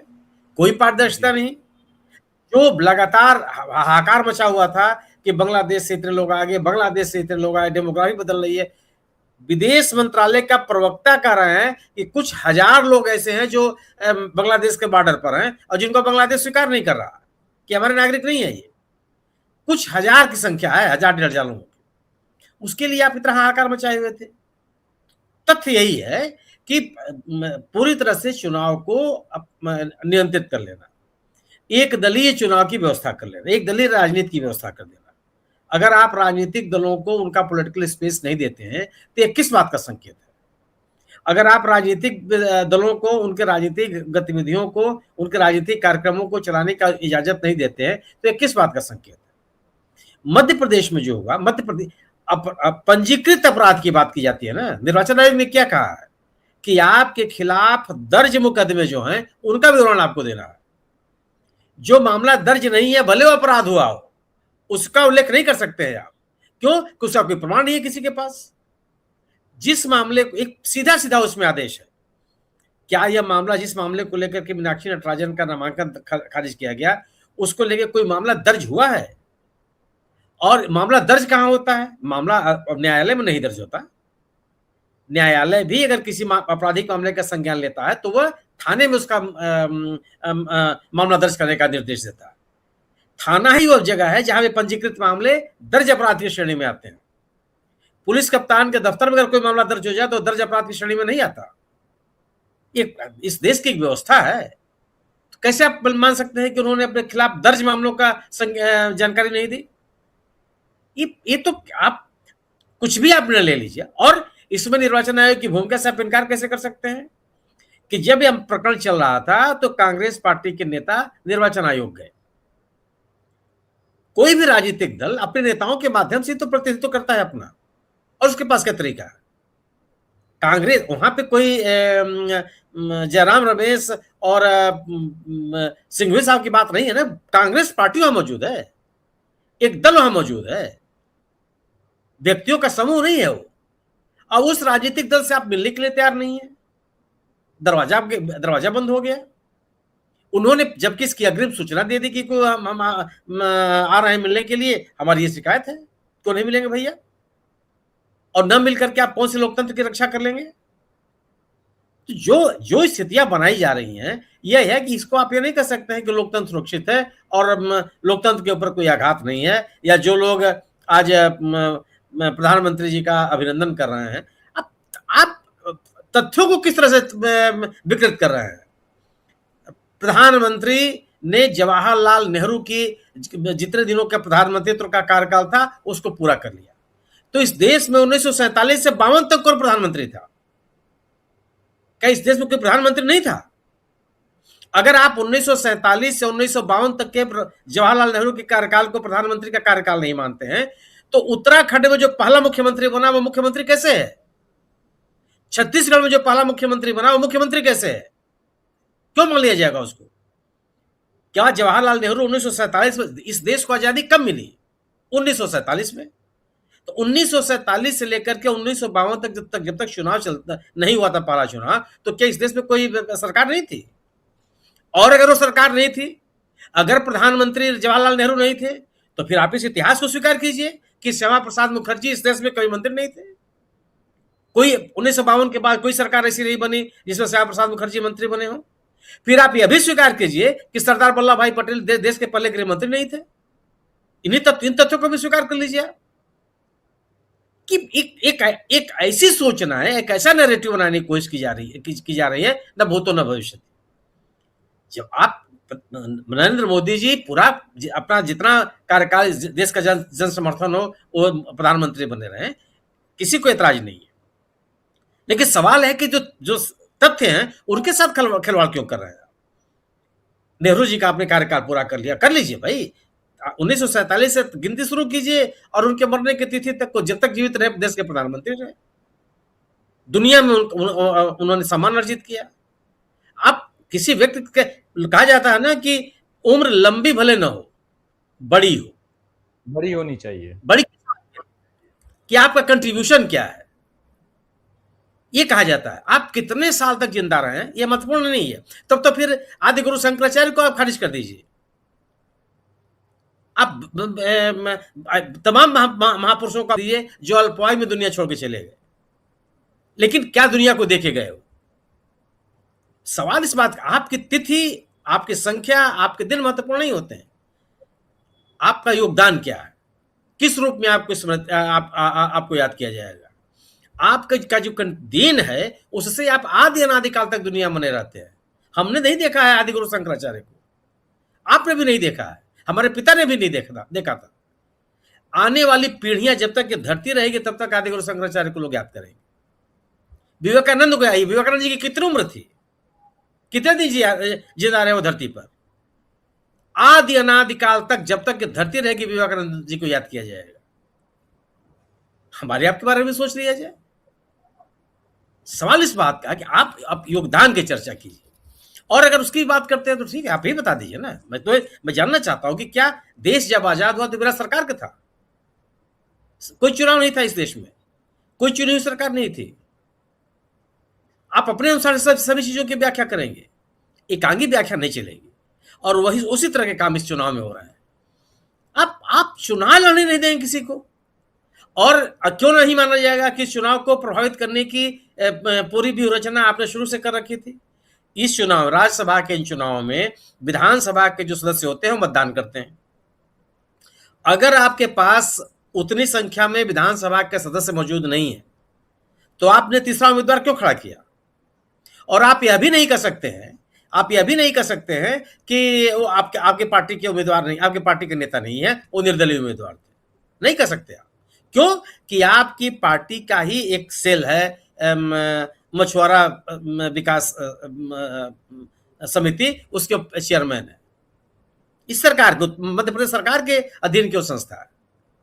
कैसे कह देंगे कि आपको नहीं है? क्यों आपने तीसरा उम्मीदवार ले आया? और अगर आपको ये लगता है कि जितने भी मानक हैं नामांकन पत्र दाखिल होने के, जितने भी मानक हैं नामांकन पत्र में सूचनाओं के, तो वह रांची में ही पूरा होना चाहिए। सवाल इस बात का है कि रांची में निर्दलीय उम्मीदवार हैं वो, जिनका समर्थन बीजेपी को है। अगर उनकी सूचनाओं में कमियां हैं, जितने भी कॉलम बने हुए हैं उस कॉलम को भरा नहीं गया। उनके भी कॉलम में कांग्रेस ने आपत्ति की है कि जो अपराध के कॉलम है वो एकदम खाली छोड़ दिया गया। मानता हूं, हो सकता है उनके खिलाफ कोई मुकदमा दर्ज ना हो, आप लिख दीजिए नॉट एप्लीकेबल। उनके बारे में कहा जा रहा है कि एक ही व्यक्ति का नाम एक ही नामांकन पत्र में दो तरह से लिखा गया। क्यों नहीं? तकनीकी रूप से गलत बात है। उनके बारे में कांग्रेस की आपत्ति है कि संयुक्त हिंदू परिवार का जो विवरण है उनके नामांकन पत्र में नहीं दिया गया है। क्यों नहीं आपत्तिजनक है ये? अगर तकनीकी बात करेंगे आप, और बीजेपी को क्यों नहीं इस मामले में कांग्रेस के साथ खड़ा होना चाहिए कि अगर आप चुनावी शुचिता की बात करते हैं? ठीक है, जो उनको आज तक का समय दिया गया, कल ये कानूनी रूप से पास संभव है कि अगर किसी नामांकन को लेकर के किसी की आपत्ति है तो उसकी सुनवाई अगले दिनों तक की जा सकती है। ये कानूनी प्रावधान है। आपने निर्णय नहीं लिया और आज आप लेकर के, मैं मानता हूं चलिए निर्वाचन आयोग के नियमों के अनुसार आपने काम किया, लेकिन एक ही मामले में दो प्रकरणों में आप अलग अलग निर्णय कैसे ले सकते हैं? मुद्दा तो एक ही है। ये बड़े सवाल है। तो ये आज की स्थिति बन गई है देश में कि राजनीतिक दल बचेंगे कि नहीं बचेंगे। आप ये मुगालता निकाल दीजिए कि टीएमसी कांग्रेस से विलय कर लेगी तो बच जाएगी। ये जब कांग्रेस का डिफेक्शन हुआ था मध्य प्रदेश में तो कोई ऐसा नहीं था कि 2/3 सदस्यों को लेकर तोड़ के चले गए थे। अगर ये लोग बीजेपी में शामिल भी हो जाए, कांग्रेस में शामिल भी हो जाएं, भारतीय जनता पार्टी इनको मजबूर करेगी सदन के सदस्यता से इस्तीफा देने के लिए। ऐसा नहीं होगा कि आप कांग्रेस में शामिल हो गए और चूंकि 2/3 सदस्य नहीं मिल रहे हैं तो आप उस पार्टी में आप बने रहिए। इस्तीफा तक कराएगी वो, और इस्तीफा करा के फिर चुनाव होगा। बंगाल में चुनाव के तरीके क्या हैं सबके सामने है। सारी सीटें जीत के आएंगे। किस सीमा तक की स्थिति जाएगी आप हमारे अभी कल्पना के परे है। हालात जैसे सामने आएंगे तब आप देखेंगे, लेकिन जो स्थितियां हैं वो बहुत शुभ नहीं है। इन दिनों के लिए हमारे राष्ट्र नायकों ने, इस देश के आम नागरिकों ने आजादी की लड़ाई नहीं लड़ी थी। यह आवश्यक है कि विपक्षी दल इस मुद्दे को लेकर के जनता के बीच में जाए, जनता से संवाद कायम करे। नितांत आवश्यक है। वो अपने संगठन, अपने कार्यकर्ता और अपने नेताओं के बल पर स्थितियों को सुधार नहीं सकते, सुधरेंगी नहीं चीजें। जी बिल्कुल बिल्कुल बिल्कुल। जल्दी से स्वामी जी आपके पास आना चाहता हूं, फिर अमलेंदु जी आपके पास आता हूं। स्वामी जी तमाम हमारे साथियों के आप यहाँ कमेंट सुन रहे थे, विश्लेषण सुन रहे थे। जरा आपसे एक यहाँ समझना चाहता हूं कि चुनाव क्या यहाँ क्या संभावनाएं नजर आती हैं? अब आगे की संभावनाएं बीजेपी की तरफ से मैं बात कर रहा हूं, मैं विपक्षी दल क्या कर रहे हैं, क्या ही कर सकते हैं, वो दिखाई दे रहा है। आपको सड़कों पे आना होगा, ये सारी बातें हम लोग कह रहे हैं, सड़कों पे है भी विपक्षी दल, लेकिन यहाँ जब चुनाव में ही पूरी की पूरी धांधली इस ढंग से हो, अब इसके लिए क्या विपक्ष रणनीति तैयार करता है, ये सब आने वाले समय में पता चलेगा। कल कांग्रेस पार्टी की बैठक है, हो सकता है इसमें और भी खुल के कुछ बातें हो। 11:30 बजे से कल बैठक है, लेकिन उससे पहले जरा बीजेपी की क्या क्या रणनीतियां यहां दिखाई देती हैं अभी तक के पूरे घटनाक्रम में? स्वामी जी।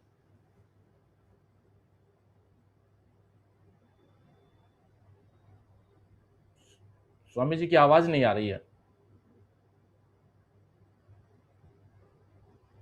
देखिए राजीव जी, मैं इस समय सबसे ज्यादा गलती किसी की मानता हूं अगर, तो देश की गरीब और मध्यम वर्ग की जनता की मानता हूं।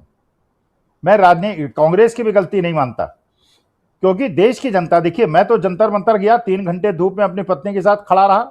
मेरा क्या, मैं तो मध्यम वर्ग का आदमी हूं, मेरे को तो बहुत ज्यादा परेशानी नहीं है। मैं अपने देश के लिए चिंतित हूं, इसलिए 3 घंटे खड़ा रहा। आप देश के गरीब आदमियों से बात कर लीजिए, आप टेम्पो वालों से बात कर लीजिए, आप 3 व्हीलर वालों से बात कर लीजिए, आप खुमचे वालों से बात कर लीजिए, ओला उबर वालों से बात कर लीजिए, ट्रक ड्राइवर से बात कर लीजिए, सब रो रो के कह रहे हैं हमारे घर के खर्चे नहीं चल रहे। अरे तो क्या केवल एनएसयूआई और यूथ कांग्रेस ने ठेका ले रखा है कि वो जाके लाठी खाए और पानी का बौछार झेले? हमारे देश के गरीब लोगों का कर्तव्य नहीं बनता ये प्रश्न पूछने का कि 14 लाख करोड़ बड़े बड़े पूंजीपतियों की तुम माफ कर देते हो, और 50,000 रुपए अगर एक छोटे से आदमी का लोन नहीं वापस कर पाता है, उसे सड़क पे घसीट के ले जाते हो, उसे मारते हुए ले जाते हो, उसको थाने के अंदर बंद कर देते हो, और बड़े आदमी के 14 लाख करोड़ तुम माफ कर देते हो। मैं देश की जनता का दोष निकाल रहा हूं, मैं अपना दोष निकाल रहा हूं, मैं इस समय कांग्रेस का दोष, देखिए मैं तो कह रहा हूं इस समय ऐसा है, देखिए भारतीय जनता पार्टी तो कर रही है, वो करेगी, करती रहेगी, क्योंकि वो जानती है जब तक वो सत्ता में बनी है तभी तक वो बनी हुई है। जैसे एक मजाक चल रहा है, अच्छा 2 इंफॉर्मेशन मैं आपको दे दूं जो मेरे ख्याल से आप तक पहुंच गई होगी, शायद आपने अभी बताया नहीं। मीनाक्षी नटराजन के जो ये इनका रिटर्निंग ऑफिसर का निर्णय था, उसको चुनाव आयोग ने पलट दिया है, इसे कंफर्म कर लीजिए, सोशल मीडिया पे अभी मैंने देखा है। नंबर 1। नंबर 2, जो जज साहब का आपने रेफरेंस लिया था, जज साहब जो कि वहां रिटर्निंग ऑफिसर के कमरे में मौजूद थे, उस घटना के बाद उन्होंने भारतीय जनता पार्टी ज्वाइन कर ली है। ये दोनों अरे सूचना पहले से थे confirm कर सर, दी। वो पहले से थे। ना ना ना ना ना सर, स्वामी सर, वह पहले से थे और ये कहा गया कि वो बीजेपी को रिप्रेजेंट कर रहे हैं। कांग्रेस ने इस पे आपत्ति की, तब ये कहा गया कि वह केवट साहब को रिप्रेजेंट कर रहे हैं। ऐसा नहीं था कि बाद में उन्होंने ज्वाइन किया। उनकी उपस्थिति पर कांग्रेस ने आपत्ति की वहां कि ये कैसे मौजूद हैं। तो ये तो कहा देखिए गया कि राजीव जी, बीजेपी को मैं तो राजीव जी ये मानता हूं, स्पष्ट मानता हूं, जी क्योंकि मैंने महात्मा गांधी को नहीं देखा, उस समय के लोगों को नहीं देखा, लेकिन उस समय से आज चेंज देखता हूं। देखिए मैं कल्पना करता हूं 1930, 1940, 1950, जबकि हमारे देश में गरीबी बहुत ज्यादा थी, अंग्रेज यहाँ पे शासित करते थे, शोषण करते थे, रेस्टोरेंट और होटलों में हमारे लोगों को घुसने नहीं देते थे, पूरा अत्याचार करते थे। इसके बावजूद हमारे देश की गरीब महिलाओं ने, हमारे देश की गरीब गांव की महिलाओं ने, जिनके पास कोई सुविधा नहीं थी, शाम की रोटी बनेगी कि नहीं बनेगी इसका भरोसा भी नहीं था, महात्मा गांधी के पीछे चल दिए थे। आज राहुल गांधी जो कर सकते हैं वो कर रहे हैं। आज यूथ कांग्रेस अनुयायी के लोग पिट रहे हैं, मार खा रहे हैं, फर्जी मुकदमे झेल रहे हैं, इसके बावजूद डटे हुए हैं। मैं देश की जनता से पूछना चाहता हूं और देश के बच्चों से पूछना चाहता हूं, अपने युवाओं से पूछना चाहता हूं। मैं तो बड़ी आशाएं लेके जंतर मंतर गया था, बाद में पता चला ये तो सैटरडे संडे वाला वीकेंड वाले प्रोग्राम करने वाले जेंजी हैं, इनके बस का धूप में खड़े होने बहुत ज्यादा नहीं है। मैं देश के जनता युवा से पूछना चाहता हूं, अपने देश की महिलाओं से पूछना चाहता हूं, जिनके मकान तोड़े जा रहे हैं उनसे पूछना चाहता हूं। आज ओला उबर वालों ने चंडीगढ़ के अंदर स्ट्राइक रखी है, 6 दिन तक ओला उबर वाले स्ट्राइक पे हैं। अकेले अकेले स्ट्राइक कर लो, सब कुछ नहीं होगा, मारे जाओगे, कुछ नहीं होगा। ट्रांसपोर्टर्स ने 3 दिन स्ट्राइक रखी, कुछ नहीं होगा। लोगों के मकान तोड़े जाएंगे, 10-15 हजार लोग खड़े हो जाएंगे, तितर बितर कर दिए जाओगे, कुछ नहीं होगा। नीट के छात्र इकट्ठे होंगे, तितर बितर कर दिए जाओगे, बदनाम कर दिए जाओगे, देश विरोधी बता दिए जाओगे, कुछ नहीं होगा। होगा तब जब हमारे 145 करोड़ जनता, हर धर्म और जाति की, हर राजनीतिक विचारधारा की, जो गोडसे के विरोध में हो, एकजुट हो, एक साथ सड़क पे उतरो और गांधीवादी अहिंसात्मक आंदोलन चला के तानाशाह को ये मैसेज दे दो, इस देश के अंदर गोडसेवाद नहीं चलेगा, तानाशाही नहीं चलेगी। ये बाबा साहब भीमराव अंबेडकर, महात्मा बुद्ध और महात्मा गांधी का देश है, हम इसे नहीं, लेकिन एकजुट होना पड़ेगा। कौन कहां था, किसने क्या किया, किसने मेरे बाबा को गाली दी थी, किसको मेरे बाबा ने गाली दी थी, मुझे इससे कोई मतलब नहीं है। आज के तारीख में एकजुट हो और इस तानाशाह को उखाड़ फेंको। जी स्वामी जी, एक तो अभी तक मीनाक्षी नटराजन पर कोई खबर नहीं है, वो वैसा ही है जैसा कल था। हाँ, झारखंड अभी वाले का सोशल स्टेप मीडिया तो में मैंने देखा था, इसीलिए मैंने कहा जी कंफर्म कर लीजिएगा, सोशल जी मीडिया जी में जी देखा था। कंफर्म जी। वही मैं बता रहा हूँ कि इसमें कोई वो नहीं था, अभी तक वो नहीं है, कंफर्म नहीं है अभी तक, और कोई भी आधिकारिक तौर पे कोई इसकी पुष्टि नहीं है, कोई खबर नहीं है। लड़ाई इनको लड़नी पड़ेगी, और चूंकि चुनाव अब पास में है, और लगता है कि इन लोगों को, जो बीजेपी के लोग हैं, उनको लगता होगा जरूर कि समय निकल जाने दो, जैसे समय निकल रहा है। फैसले पे इंतजार करते रहिए, 5 साल बीत जाए, उसके बाद फिर 5 साल बीत जाए, कोर्ट से कोई फैसला नहीं। ऐसे मामलों पे महाराष्ट्र का देख लीजिए आप, महाराष्ट्र में शिवसेना एनसीपी की लड़ाई अभी तक खत्म नहीं हुई ना, कोर्ट में फैसला अभी तक सुरक्षित रखा हुआ है, तो इसलिए इंतजार करते हैं। लेकिन वही मैं अभी आप कह रहे थे तो मैं चेक कर रहा था, लेकिन कोई कंफर्मेशन नहीं है। आना चाहता हूं अमलेंदु जी आपके पास। अमलेंदु जी, क्या यहां पर टीएमसी और कांग्रेस में विलय की बात जो चल रही है, उसको अगर कुछ देर के लिए मान लें, सही भी मान लें, तो जो बात यहाँ सुनील शुक्ला जी और बाकी हमारे साथी कह रहे थे, शकील जी कह रहे थे, प्रशांत जी कह रहे थे, और प्रोफेसर अखिल स्वामी जी कह रहे थे, कितना दम इसमें, जरा आपके नजरिए से समझना चाहता हूं कि क्या यहाँ से तस्वीर भारत की सियासत की बदलती हुई हम देखेंगे, या यहाँ सिर्फ एक शेल्टर की तरह नजर आएगा ये विलय, ऐसा देखा जाए, कैसे देखा जाए इसको?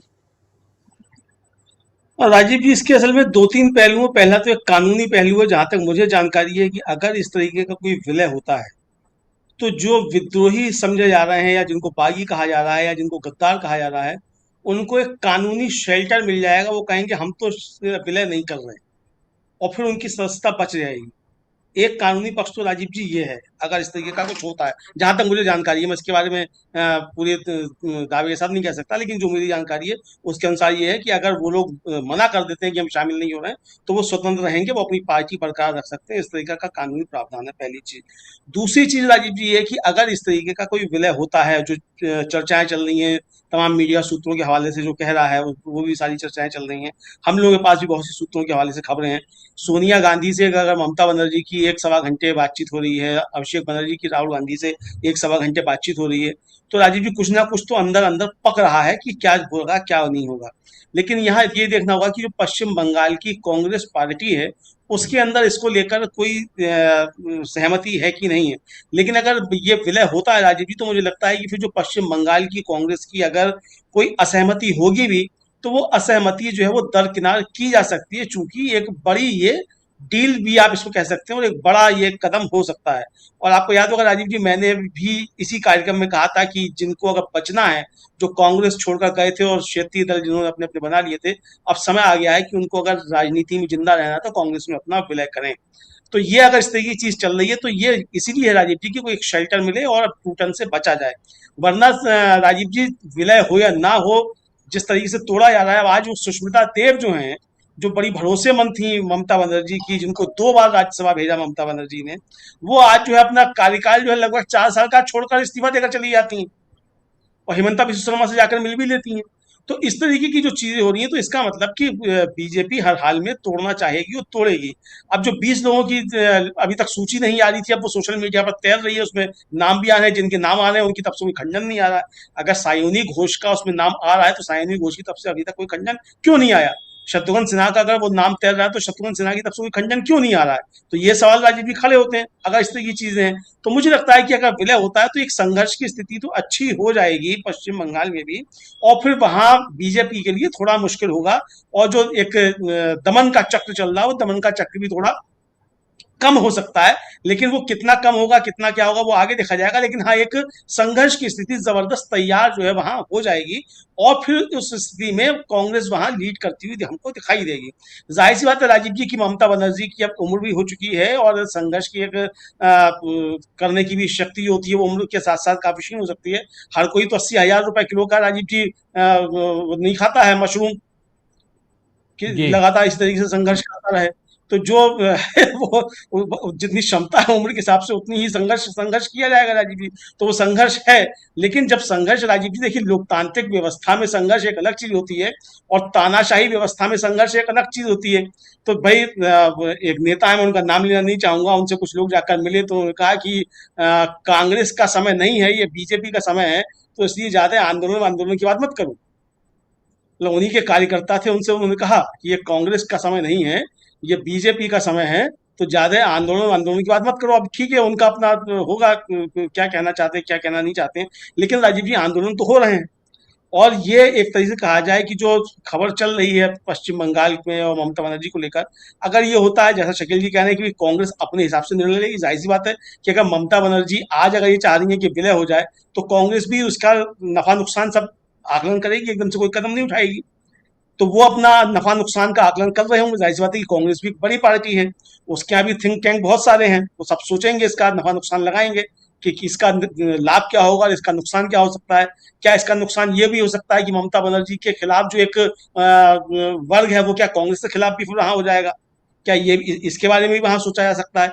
तो ये सब चीजें उनके अंदर अपनी चल रही होंगी। लेकिन अगर विलय होता है राजू जी, तो मुझको ये लगता है कि ये ममता बनर्जी के लिए भी अच्छा होगा और कांग्रेस के लिए भी अच्छा होगा, और जो दल छिटक्कर कांग्रेस से गए, जिन्होंने अब क्षेत्रीय दल बना लिए, उनके लिए भी एक ये सुअवसर होगा कि वो भी इस पर आगे विचार करें। अगर इस सरकार से लड़ना है और इसकी जो जुल्म है उनसे लड़ना है, तो ये एक अच्छा फैसला हो सकता है। नफा नुकसान राजीव जी पॉलिटिक्स में होते रहते हैं, बनिए की दुकान नहीं है राजनीति कि जहां पूरा कैलकुलेशन करने की इतना माल लगाएंगे तो इतना फायदा हो जाएगा, और फिर मालूम पड़ा आंधी आ जाए तो आंधी के पेड़ गिर गए नीचे तो नुकसान हो गया, ये नहीं है। यहाँ ठीक है, जोखिम उठाए जाते हैं, और जो जोखिम उठाना जानता है राजनीति में, राजीव जी मुझे लगता है कि वही आगे कामयाब भी होगा। जी जी जी बिल्कुल। शकील जी, जरा आपके पास एक बार फिर से आना चाहता हूं। शकील जी, क्या खबर है मीनाक्षी नटराजन को लेके? क्या सचमुच, हालांकि अभी कंफर्म किया हूं, ऐसा नहीं है कुछ भी, अभी तक कोई ऐसी खबर नहीं आई है कि मीनाक्षी नटराजन का नॉमिनेशन जिसको खारिज कर दिया गया आरओ की तरफ से, रिटर्निंग ऑफिसर की तरफ से, उस पर कोई फैसला हुआ है दोबारा। लेकिन इस लड़ाई को कितना आगे आप देखते हैं जाते हुए शकील जी? एक बात। दूसरी बात, और ये हर महीने 2 महीने में ऐसी खबरें, ऐसी बातें, ऐसी कंट्रोवर्सी आ ही रही हैं। ओवरऑल क्या अंदर खाने कांग्रेस और विपक्षी दल कुछ प्लानिंग उन लोगों की हो रही है किसी और आंदोलन की? और कल की जो बैठक होने जा रही है वो आप बता रहे थे किसी आंदोलन से संबंधित होगा, क्या कुछ है कल की बैठक से संबंधित कोई खबर आप तक? सी नटराजन का जो वहां के चुनाव अधिकारी ने फैसला किया है, उसने मध्य प्रदेश कांग्रेस में एक नई जान डाल दी। मध्य प्रदेश कांग्रेस में जो एक आशंका व्यक्त की जा रही थी बीजेपी की तरफ से, गोदी मीडिया की तरफ से, भक्तों की तरफ से, कि कांग्रेस टूट जाएगी, कांग्रेस के वोट बीजेपी को मिल जाएंगे, हमारा तीसरा कैंडिडेट जीत जाएगा, अब उस सब पे कोई चर्चा नहीं होगी। क्यों? क्योंकि अभी तक की जो खबर है वो कैंडिडेट ऑलरेडी जीत चुका है। 3 उतारे थे बीजेपी ने, 3 सीटें खाली थी, वो हो चुकी हैं। क्योंकि हमारे पास भी अभी तक चुनाव आयोग से कोई ऐसी खबर नहीं है कि जो चुनाव अधिकारी का फैसला था मध्य प्रदेश के, वो चुनाव आयोग ने पलटा है या चुनाव आयोग ने उसके बारे में अभी कुछ कहा है। जो हो जाए, कुछ हो जाए तो पता नहीं अब क्या हो सकता है, क्या नहीं हो सकता। लेकिन ये मध्य प्रदेश कांग्रेस के लिए एक अच्छी बात हुई कि उसको अगली परीक्षा से मुकाबला नहीं करना पड़ा या अगली परीक्षा में उसको नहीं फंसना पड़ा। आज की तारीख में कहना यह बहुत मुश्किल है कि कौन विधायक बचता, कौन नहीं बचता। हरियाणा में 2-2 बार ऐसा हुआ, 2-2 बार बीजेपी ने विधायक खरीदे। अभी हिमाचल में हुआ, बिहार में हुआ, उड़ीसा में हुआ। तो ये संकट जो है इसका टलना मध्य प्रदेश के लिए अच्छी बात माना जा रहा था, अच्छी बात माना जा रहा है। दूसरी बात, कल की बैठक बहुत ही इंपॉर्टेंट है क्योंकि कांग्रेस के जो सारे पदाधिकारी हैं टॉप के, वो इसमें बुलाए गए हैं। जितने भी जनरल सेक्रेटरी हैं वो होंगे। मुख्य रूप से कांग्रेस का जो वो है उसमें सारा काम जो है जनरल सेक्रेटरी देखते हैं। उसके प्रदेश अध्यक्ष होंगे सारे के सारे, विधायक दल के नेता होंगे और जो मुख्यमंत्री हैं वो होंगे। तो ये एक इंपॉर्टेंट मीटिंग होगी और उसमें विचार इसी पे किया जाना है। मेन मुद्दा यही है कि जिस तरह से मीनाक्षी नटराजन का फॉर्म निरस्त किया गया, जबकि वो कोई मामला ही नहीं था, और झारखंड में उसको स्वीकार कर लिया गया 1 दिन का टाइम देके, जबकि वो निरस्त होने का सीधा सीधा मामला था, उसको निरस्त नहीं किया गया। तो ये इस तरह से जो हो रहा है, तो इसका हमें मुकाबला कैसे करना है, इससे कैसे लड़ना है, आंदोलन की क्या रूपरेखा बनाना है, तो ये कल की इंपॉर्टेंट मीटिंग होगी। निश्चित ही रूप से उसमें कांग्रेस कोई ना कोई कार्य योजना लेके अपने सामने आएगी। जी जी, कांग्रेस हो सकता है, बिल्कुल आप सही कह रहे हैं कि एक योजना, कार्य योजना, और वो दिखना चाहिए, धरातल पे भी दिखना चाहिए। लेकिन प्रशांत जी, विपक्ष की बात हम लोग पहले भी कर रहे थे, और एक चुनाव लड़ना होगा, साथ आएंगे, जो भी है। जब चुनाव लड़वाने वाली संस्था यानी चुनाव करवाने वाली संस्था वही अगर वहीं पर गड़बड़ियां हों, जिसकी शिकायतें लगातार दूसरी जगह कहां, तो आप कोर्ट के दरवाजे जाते हैं, वहां से आपको आपके पक्ष में फैसला नहीं आता है, तो फिर क्या आगे क्या होगा? फिर एक शंका आशंका यहां पे है कि फिर इसके आगे क्या? और एक चीज और भी, आपकी आवाज नहीं आ रही है, जो आप देख लीजिए। हाँ जी, हाँ, दूसरी चीज इसमें और जो अभी स्वामी जी कह के गए, जेनजी आंदोलन पे भी भरोसा नहीं है। देख लिए अभी जंतर मंतर पे क्या हुआ, उसके बाद निकले तो मम्मी की याद आ रही थी, चले गए। तो इसलिए ये भी है कि आगे क्या, वो भी मैं जोड़ना चाह रहा था। कॉकरोच जंतर मेरा उसमें थोड़ा सा एक अलग वो है राजीव जी। हो सकता है कि कुछ इंडिविजुअल जो हैं वो गड़बड़ है, लेकिन जो लोग वहां सैकड़ों बच्चे पहुंचे थे वो जेन्युइन है, वो भुक्तभोगी हैं और वो जेन्युइन, उनके पेरेंट्स जेन्युइन है। वो वाकई अपना गुस्सा और फ्रस्ट्रेशन लेके जंतर मंतर पहुंचे थे। अब कोई वहां पे मंच पे कौन था, उसकी पॉलिटिक्स क्या है, पीछे की पॉलिटिक्स क्या है, ये इस वक्त मायने रखता नहीं है। मैं तो उसको देख रहा हूँ कि अगर जंतर मंतर पे 2000 लोग थे तो उस 2000 में जो है वो 10 लोगों को छोड़ के बाकी लोग बड़े जेन्युइन थे।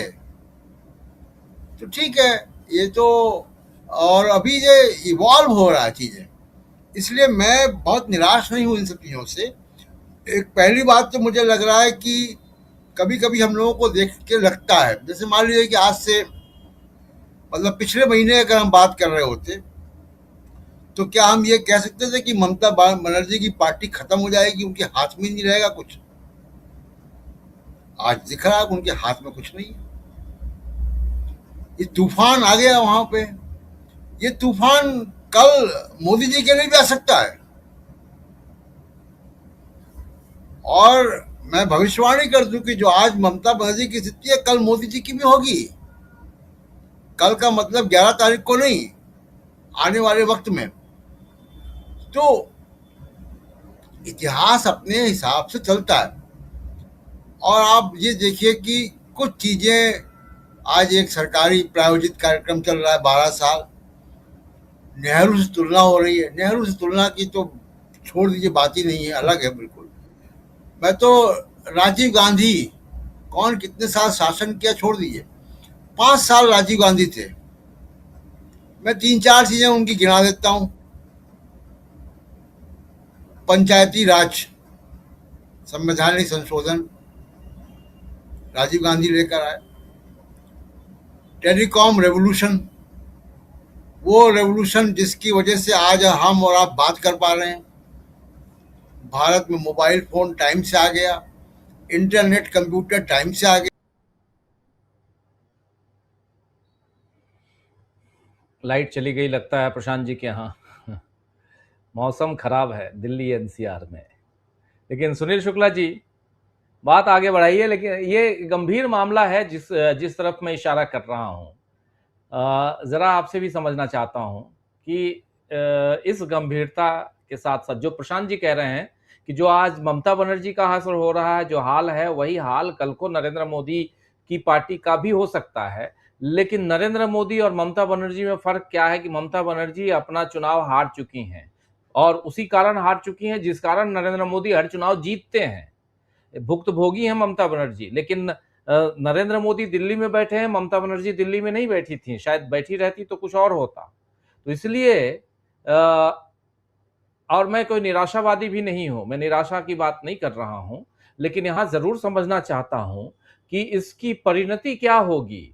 क्या यहां से विपक्ष किसी और, क्योंकि ये भी सुनने में आ रहा है कि राहुल गांधी एक नई यात्रा की तैयारी कर रहे हैं, एक नई यात्रा कांग्रेस पार्टी और खासकर राहुल गांधी कर रहे हैं। कंफर्म करेंगे आप लोग? नहीं, विपक्ष में तो देखिए कांग्रेस की जो भूमिका है वो बढ़ती जाएगी और कांग्रेस के प्रति लोगों की जन स्वीकृति भी बढ़ती जाएगी। यह लगातार हम सबको दिख भी रहा है। राहुल गांधी को जो अस्वीकार करने या हाशिए पर डाल देने का जो प्रयास बीजेपी ने किया था वो सब चकनाचूर हो चुका है और वह राहुल गांधी बाकायदे दिख रहे हैं कि सरकार के खिलाफ उनका संघर्ष जारी है और सरकार से किसी भी मुद्दे पर जिससे वह सहमत हैं समझौता करने के लिए तैयार नहीं है। तो वो स्थिति तो नहीं आने वाली है कि विपक्ष का पूरा जो स्पेस है वो खाली हो जाए। हाँ, जो क्षेत्रीय पार्टियां हैं उनको सोचना है। जो अब तक ये सोच रहे थे कि कांग्रेस को दरकिनार करके वो अपनी राजनीति को बढ़ाती रहेंगी, वो संभव नहीं है। जितने लोगों ने किया, अब 2014 से भारतीय जनता पार्टी के सत्ता में आने के बाद जिन जिन राजनीतिक दलों ने, क्षेत्रीय दलों ने कांग्रेस से किनारा करने की कोशिश की, उनको भारतीय जनता पार्टी ने बहुत कमजोर कर दिया। भारतीय जनता पार्टी ने उन दलों को भी कमजोर किया जिनके सहारे वह विभिन्न राज्यों के राजनीति में प्रवेश की, उनको भी कमजोर किया। भारतीय जनता पार्टी का एक एजेंडा है कि अपने सामने कोई चुनौती रहने ही नहीं देना। वह आखिर राहुल गांधी पर लगातार हमले क्यों करती है? वह इंडिया दल समूह की जब बैठक होती है तो पूरे दिल्ली में इस तरह के बयानों के पोस्टर क्यों लगाती है जो विभिन्न नेताओं ने राहुल गांधी के खिलाफ दिए हैं? यह अनायास है, केवल मनोरंजन की चीज है कि उसके पीछे न पीछे राजनीति है। तो वह राजनीति केवल है कि राहुल गांधी और कांग्रेस को अविश्वसनीय बनाए रखा जाए, लोगों के बीच में यह धारणा बनाई रखी जाए कि यह आपस में इनके बीच में ही मतभेद हैं और दोनों एक दूसरे से सहमत नहीं है। वही स्थिति है कि बीजेपी विपक्षी दलों की एकता नहीं होने देना चाहती। सभी राजनीतिक दल अपना अपना काम करें। अगर वो कांग्रेस के साथ या आपस से मिलकर के कोई राजनीति करेंगे, वो बीजेपी को स्वीकार्य नहीं है। क्यों कि मिली-जुली ताकत बीजेपी के लिए गंभीर है। ममता जी के साथ आज संकट क्यों है? ममता जी का राज कहें कि वो किसी के साथ नहीं जाएंगी, अपने साथ रहेंगी, अपनी राजनीति वो करेंगी। भारतीय जनता पार्टी की आक्रामकता खत्म हो जाएगी। लेकिन आज की स्थिति है कि अगर ममता बनर्जी कांग्रेस और वामपंथियों के साथ मिलकर के एक बड़ी ताकत बनती है पश्चिम बंगाल में, तो भारतीय जनता पार्टी के लिए चुनौती है वो कि आप एक समय विशेष पे चुनाव को तंत्र के बदौलत भले मैनेज कर लें, लेकिन जन समर्थन को आप हमेशा मैनेज नहीं कर सकते। इसलिए जो आडंबर खड़ा किया गया वो कभी भी ध्वस्त हो सकता है। तो जो विपक्षी दल हैं उनके सामने आज के उत्तर प्रदेश से भी ये चुनौती है।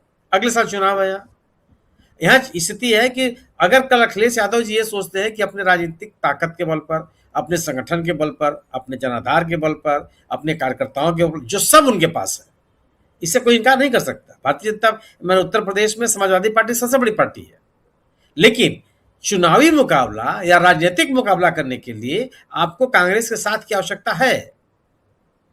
मैं विश्वासपूर्वक आपसे कह सकता हूं कि अगर आज कांग्रेस, समाजवादी पार्टी और बहुजन समाज पार्टी ये तीनों मिलकर के उत्तर प्रदेश में एक गठबंधन बना के चुनाव लड़ जाए, भारतीय जनता पार्टी को जगह नहीं मिलेगी, तमाम इनके हिंदुत्व के नारे और राष्ट्रवाद के नारे के बावजूद। लेकिन बीजेपी होने नहीं देगी। आखिर मायावती जी को किसने रोका है? वहां चुपचाप है। तो आज स्थिति है कि अगर अखिलेश जी ये सोचे कि केवल अपने बल पर वो कर लेंगे, संभव नहीं है। वो आपको एक विकल्प के रूप में उभरने के लिए, जनता के बीच में अपनी विश्वसनीयता कायम रखने के लिए, खासतौर से उन लोगों से जो भारतीय जनता पार्टी के साथ नहीं रहना चाहते, यह आवश्यक है कि लोगों को आप विश्वास दिलाएं। और उस विश्वास का सबसे बड़ा जो ग्लू है वो कांग्रेस है। कांग्रेस के बारे में यह आम धारणा है कि कांग्रेस बीजेपी के साथ नहीं जाने वाली कभी। कांग्रेस के नेता संघर्ष करते रहेंगे, इनकी नीतियों के खिलाफ सड़क पे भी दिखाई पड़ेंगे और पार्लियामेंट में भी दिखाई पड़ेंगे। राहुल गांधी, और यह केवल कपोल कल्पना नहीं है, कोई वक्तव्य नहीं है, राहुल गांधी बाकायदे लोगों के साथ दिखे हैं, सरकार के सामने आमने सामने खड़े होकर के उनके ऊपर हमलावर हुए हैं। हर मौके पर जिसे वो सहमत रहे हैं या सरकार के खिलाफ उन्होंने आलोचना की है, उस मौके पर घटनास्थल पर हो गए हैं। इस नीट की ताजा मामला है, नीट का प्रश्न पत्र आउट हो जाना हो, सीबीएसई में मूल्यांकन का मसला हो, राहुल गांधी ने उन विद्यार्थियों से जो पीड़ित हैं उनसे मुलाकात की, उनकी पीड़ा के साथ अपनी संवेदनाओं को जोड़ा। तो इसलिए वो तो जगह खाली होने वाली नहीं है कि स्पेस खाली हो जाएगा विपक्ष का, वो संभव नहीं है। एज वेल एज कांग्रेस की जो ताकत है, और यह विपक्षी दलों की भी ताकत जरूरी है कि वह मिल करके बीजेपी का मुकाबला करें। अगर आप मिलेंगे नहीं तो अकेले किसी राजनीतिक दल के पास ताकत नहीं है तो बीजेपी को एक राजनीतिक चुनौती दे सके। इसी तरह की स्थितियां बनेगी। जी जी जी, बिल्कुल बिल्कुल बिल्कुल। प्रशांत जी, आप अपनी बात पूरी कीजिए, समय खत्म हो चुका है, जल्दी से समेटते हैं। हाँ, बस मैं राजीव गांधी से कंपेयर कर रहा था मोदी जी को। राजीव गांधी 5 साल करे थे, पंचायती राज के संवैधानिक संशोधन लाए, वो टेलीकॉम रेवोल्यूशन लेकर आए इस देश में, कंप्यूटर रेवोल्यूशन लेकर आए, और भी तमाम सारे उन्होंने काम किए। नवोदय विद्यालय का कॉन्सेप्ट लेकर आए। मुझे नरेंद्र मोदी की कोई ऐसी 4 चीजें कोई बता दे कि जो इन्होंने 12 साल में की, जो नई चीजें थी। कंप्यूटर क्रांति राजीव गांधी लेकर आए थे। सैम पिट्रोडा के साथ मिलके कम्युनिकेशन रेवोल्यूशन लेकर आए थे इस देश में। क्या नरेंद्र मोदी जी क्या लेकर आए? जीएसटी भी इनका नहीं था, आना ही था, ग्लोबली हो रहा था। तो नरेंद्र मोदी जी कुछ लेकर नहीं आए। दूसरी बात, जो पॉलिटिकल बात है वो राजीव जी ये है कि फिलहाल बीजेपी कांग्रेस के लिए म्युनिसिपैलिटी काम कर रही है। तमाम कूड़ा कचरा जो इधर उधर फैला हुआ था उसको वो हटा रही है और रास्ता साफ कर रही है। सुष्मिता देव बैठी हुई हैं, वो कांग्रेस ने उनको बनाया, महिला अध्यक्ष बनाया, वहाँ तृणमूल में गई, उन्होंने बनाया। अब वो किस काम की हैं? वो बीजेपी के लिए क्या कौन सी क्रांति कर देंगी जाके वहाँ पे? इस तरीके के तमाम सारे लोग जो है वो म्यूनिसिपैलिटी काम जो है वो बीजेपी कर रही है, मोदी जी कर रहे हैं कि तमाम साफ सफाई। आप कांग्रेस के साथ तृणमूल के विलय की बात कर रहे हो। मैं कह रहा हूँ कि नेताओं की बात छोड़ दीजिए, ये नेता जितने ये 20 एमपी हैं या जितने एमपीज हैं, इनमें से एक भी दोबारा जीत नहीं पाएगा अपने आप, एक भी। तो वहां पे बंगाल में नई पॉलिटिक्स होगी, नए लोग आएंगे। तो जो विलय की बात नेताओं से नहीं होगी, विलय तो जमीन पे हो रहा है तृणमूल और कांग्रेस का, वो हो चुका है। कंस्टिट्यूंसीज का विलय हो रहा है, मतदाताओं का विलय हो रहा है, वो इधर से उधर जा रहे हैं। ये नेता तो एक इनमें से एक भी व्यक्ति दोबारा चुनाव नहीं जीत पाएगा। तो उसको हम नेताओं को जाने देते हैं, लेकिन जो तृणमूल और कांग्रेस का विलय हो रहा है वो बंगाल की जमीन पे हो रहा है, वो मतदाताओं के बीच में हो रहा है। इसलिए बड़ा इंपॉर्टेंट है ये दौर। और कांग्रेस पार्टी देखिए सत्ता में रही है, कांग्रेस पार्टी आंदोलन से निकली हुई पार्टी है।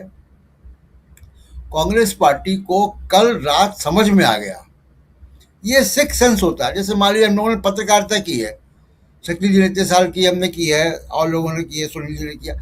हम लोगों को समझ में आ जाता है कि न्यूज कहाँ आ रही है।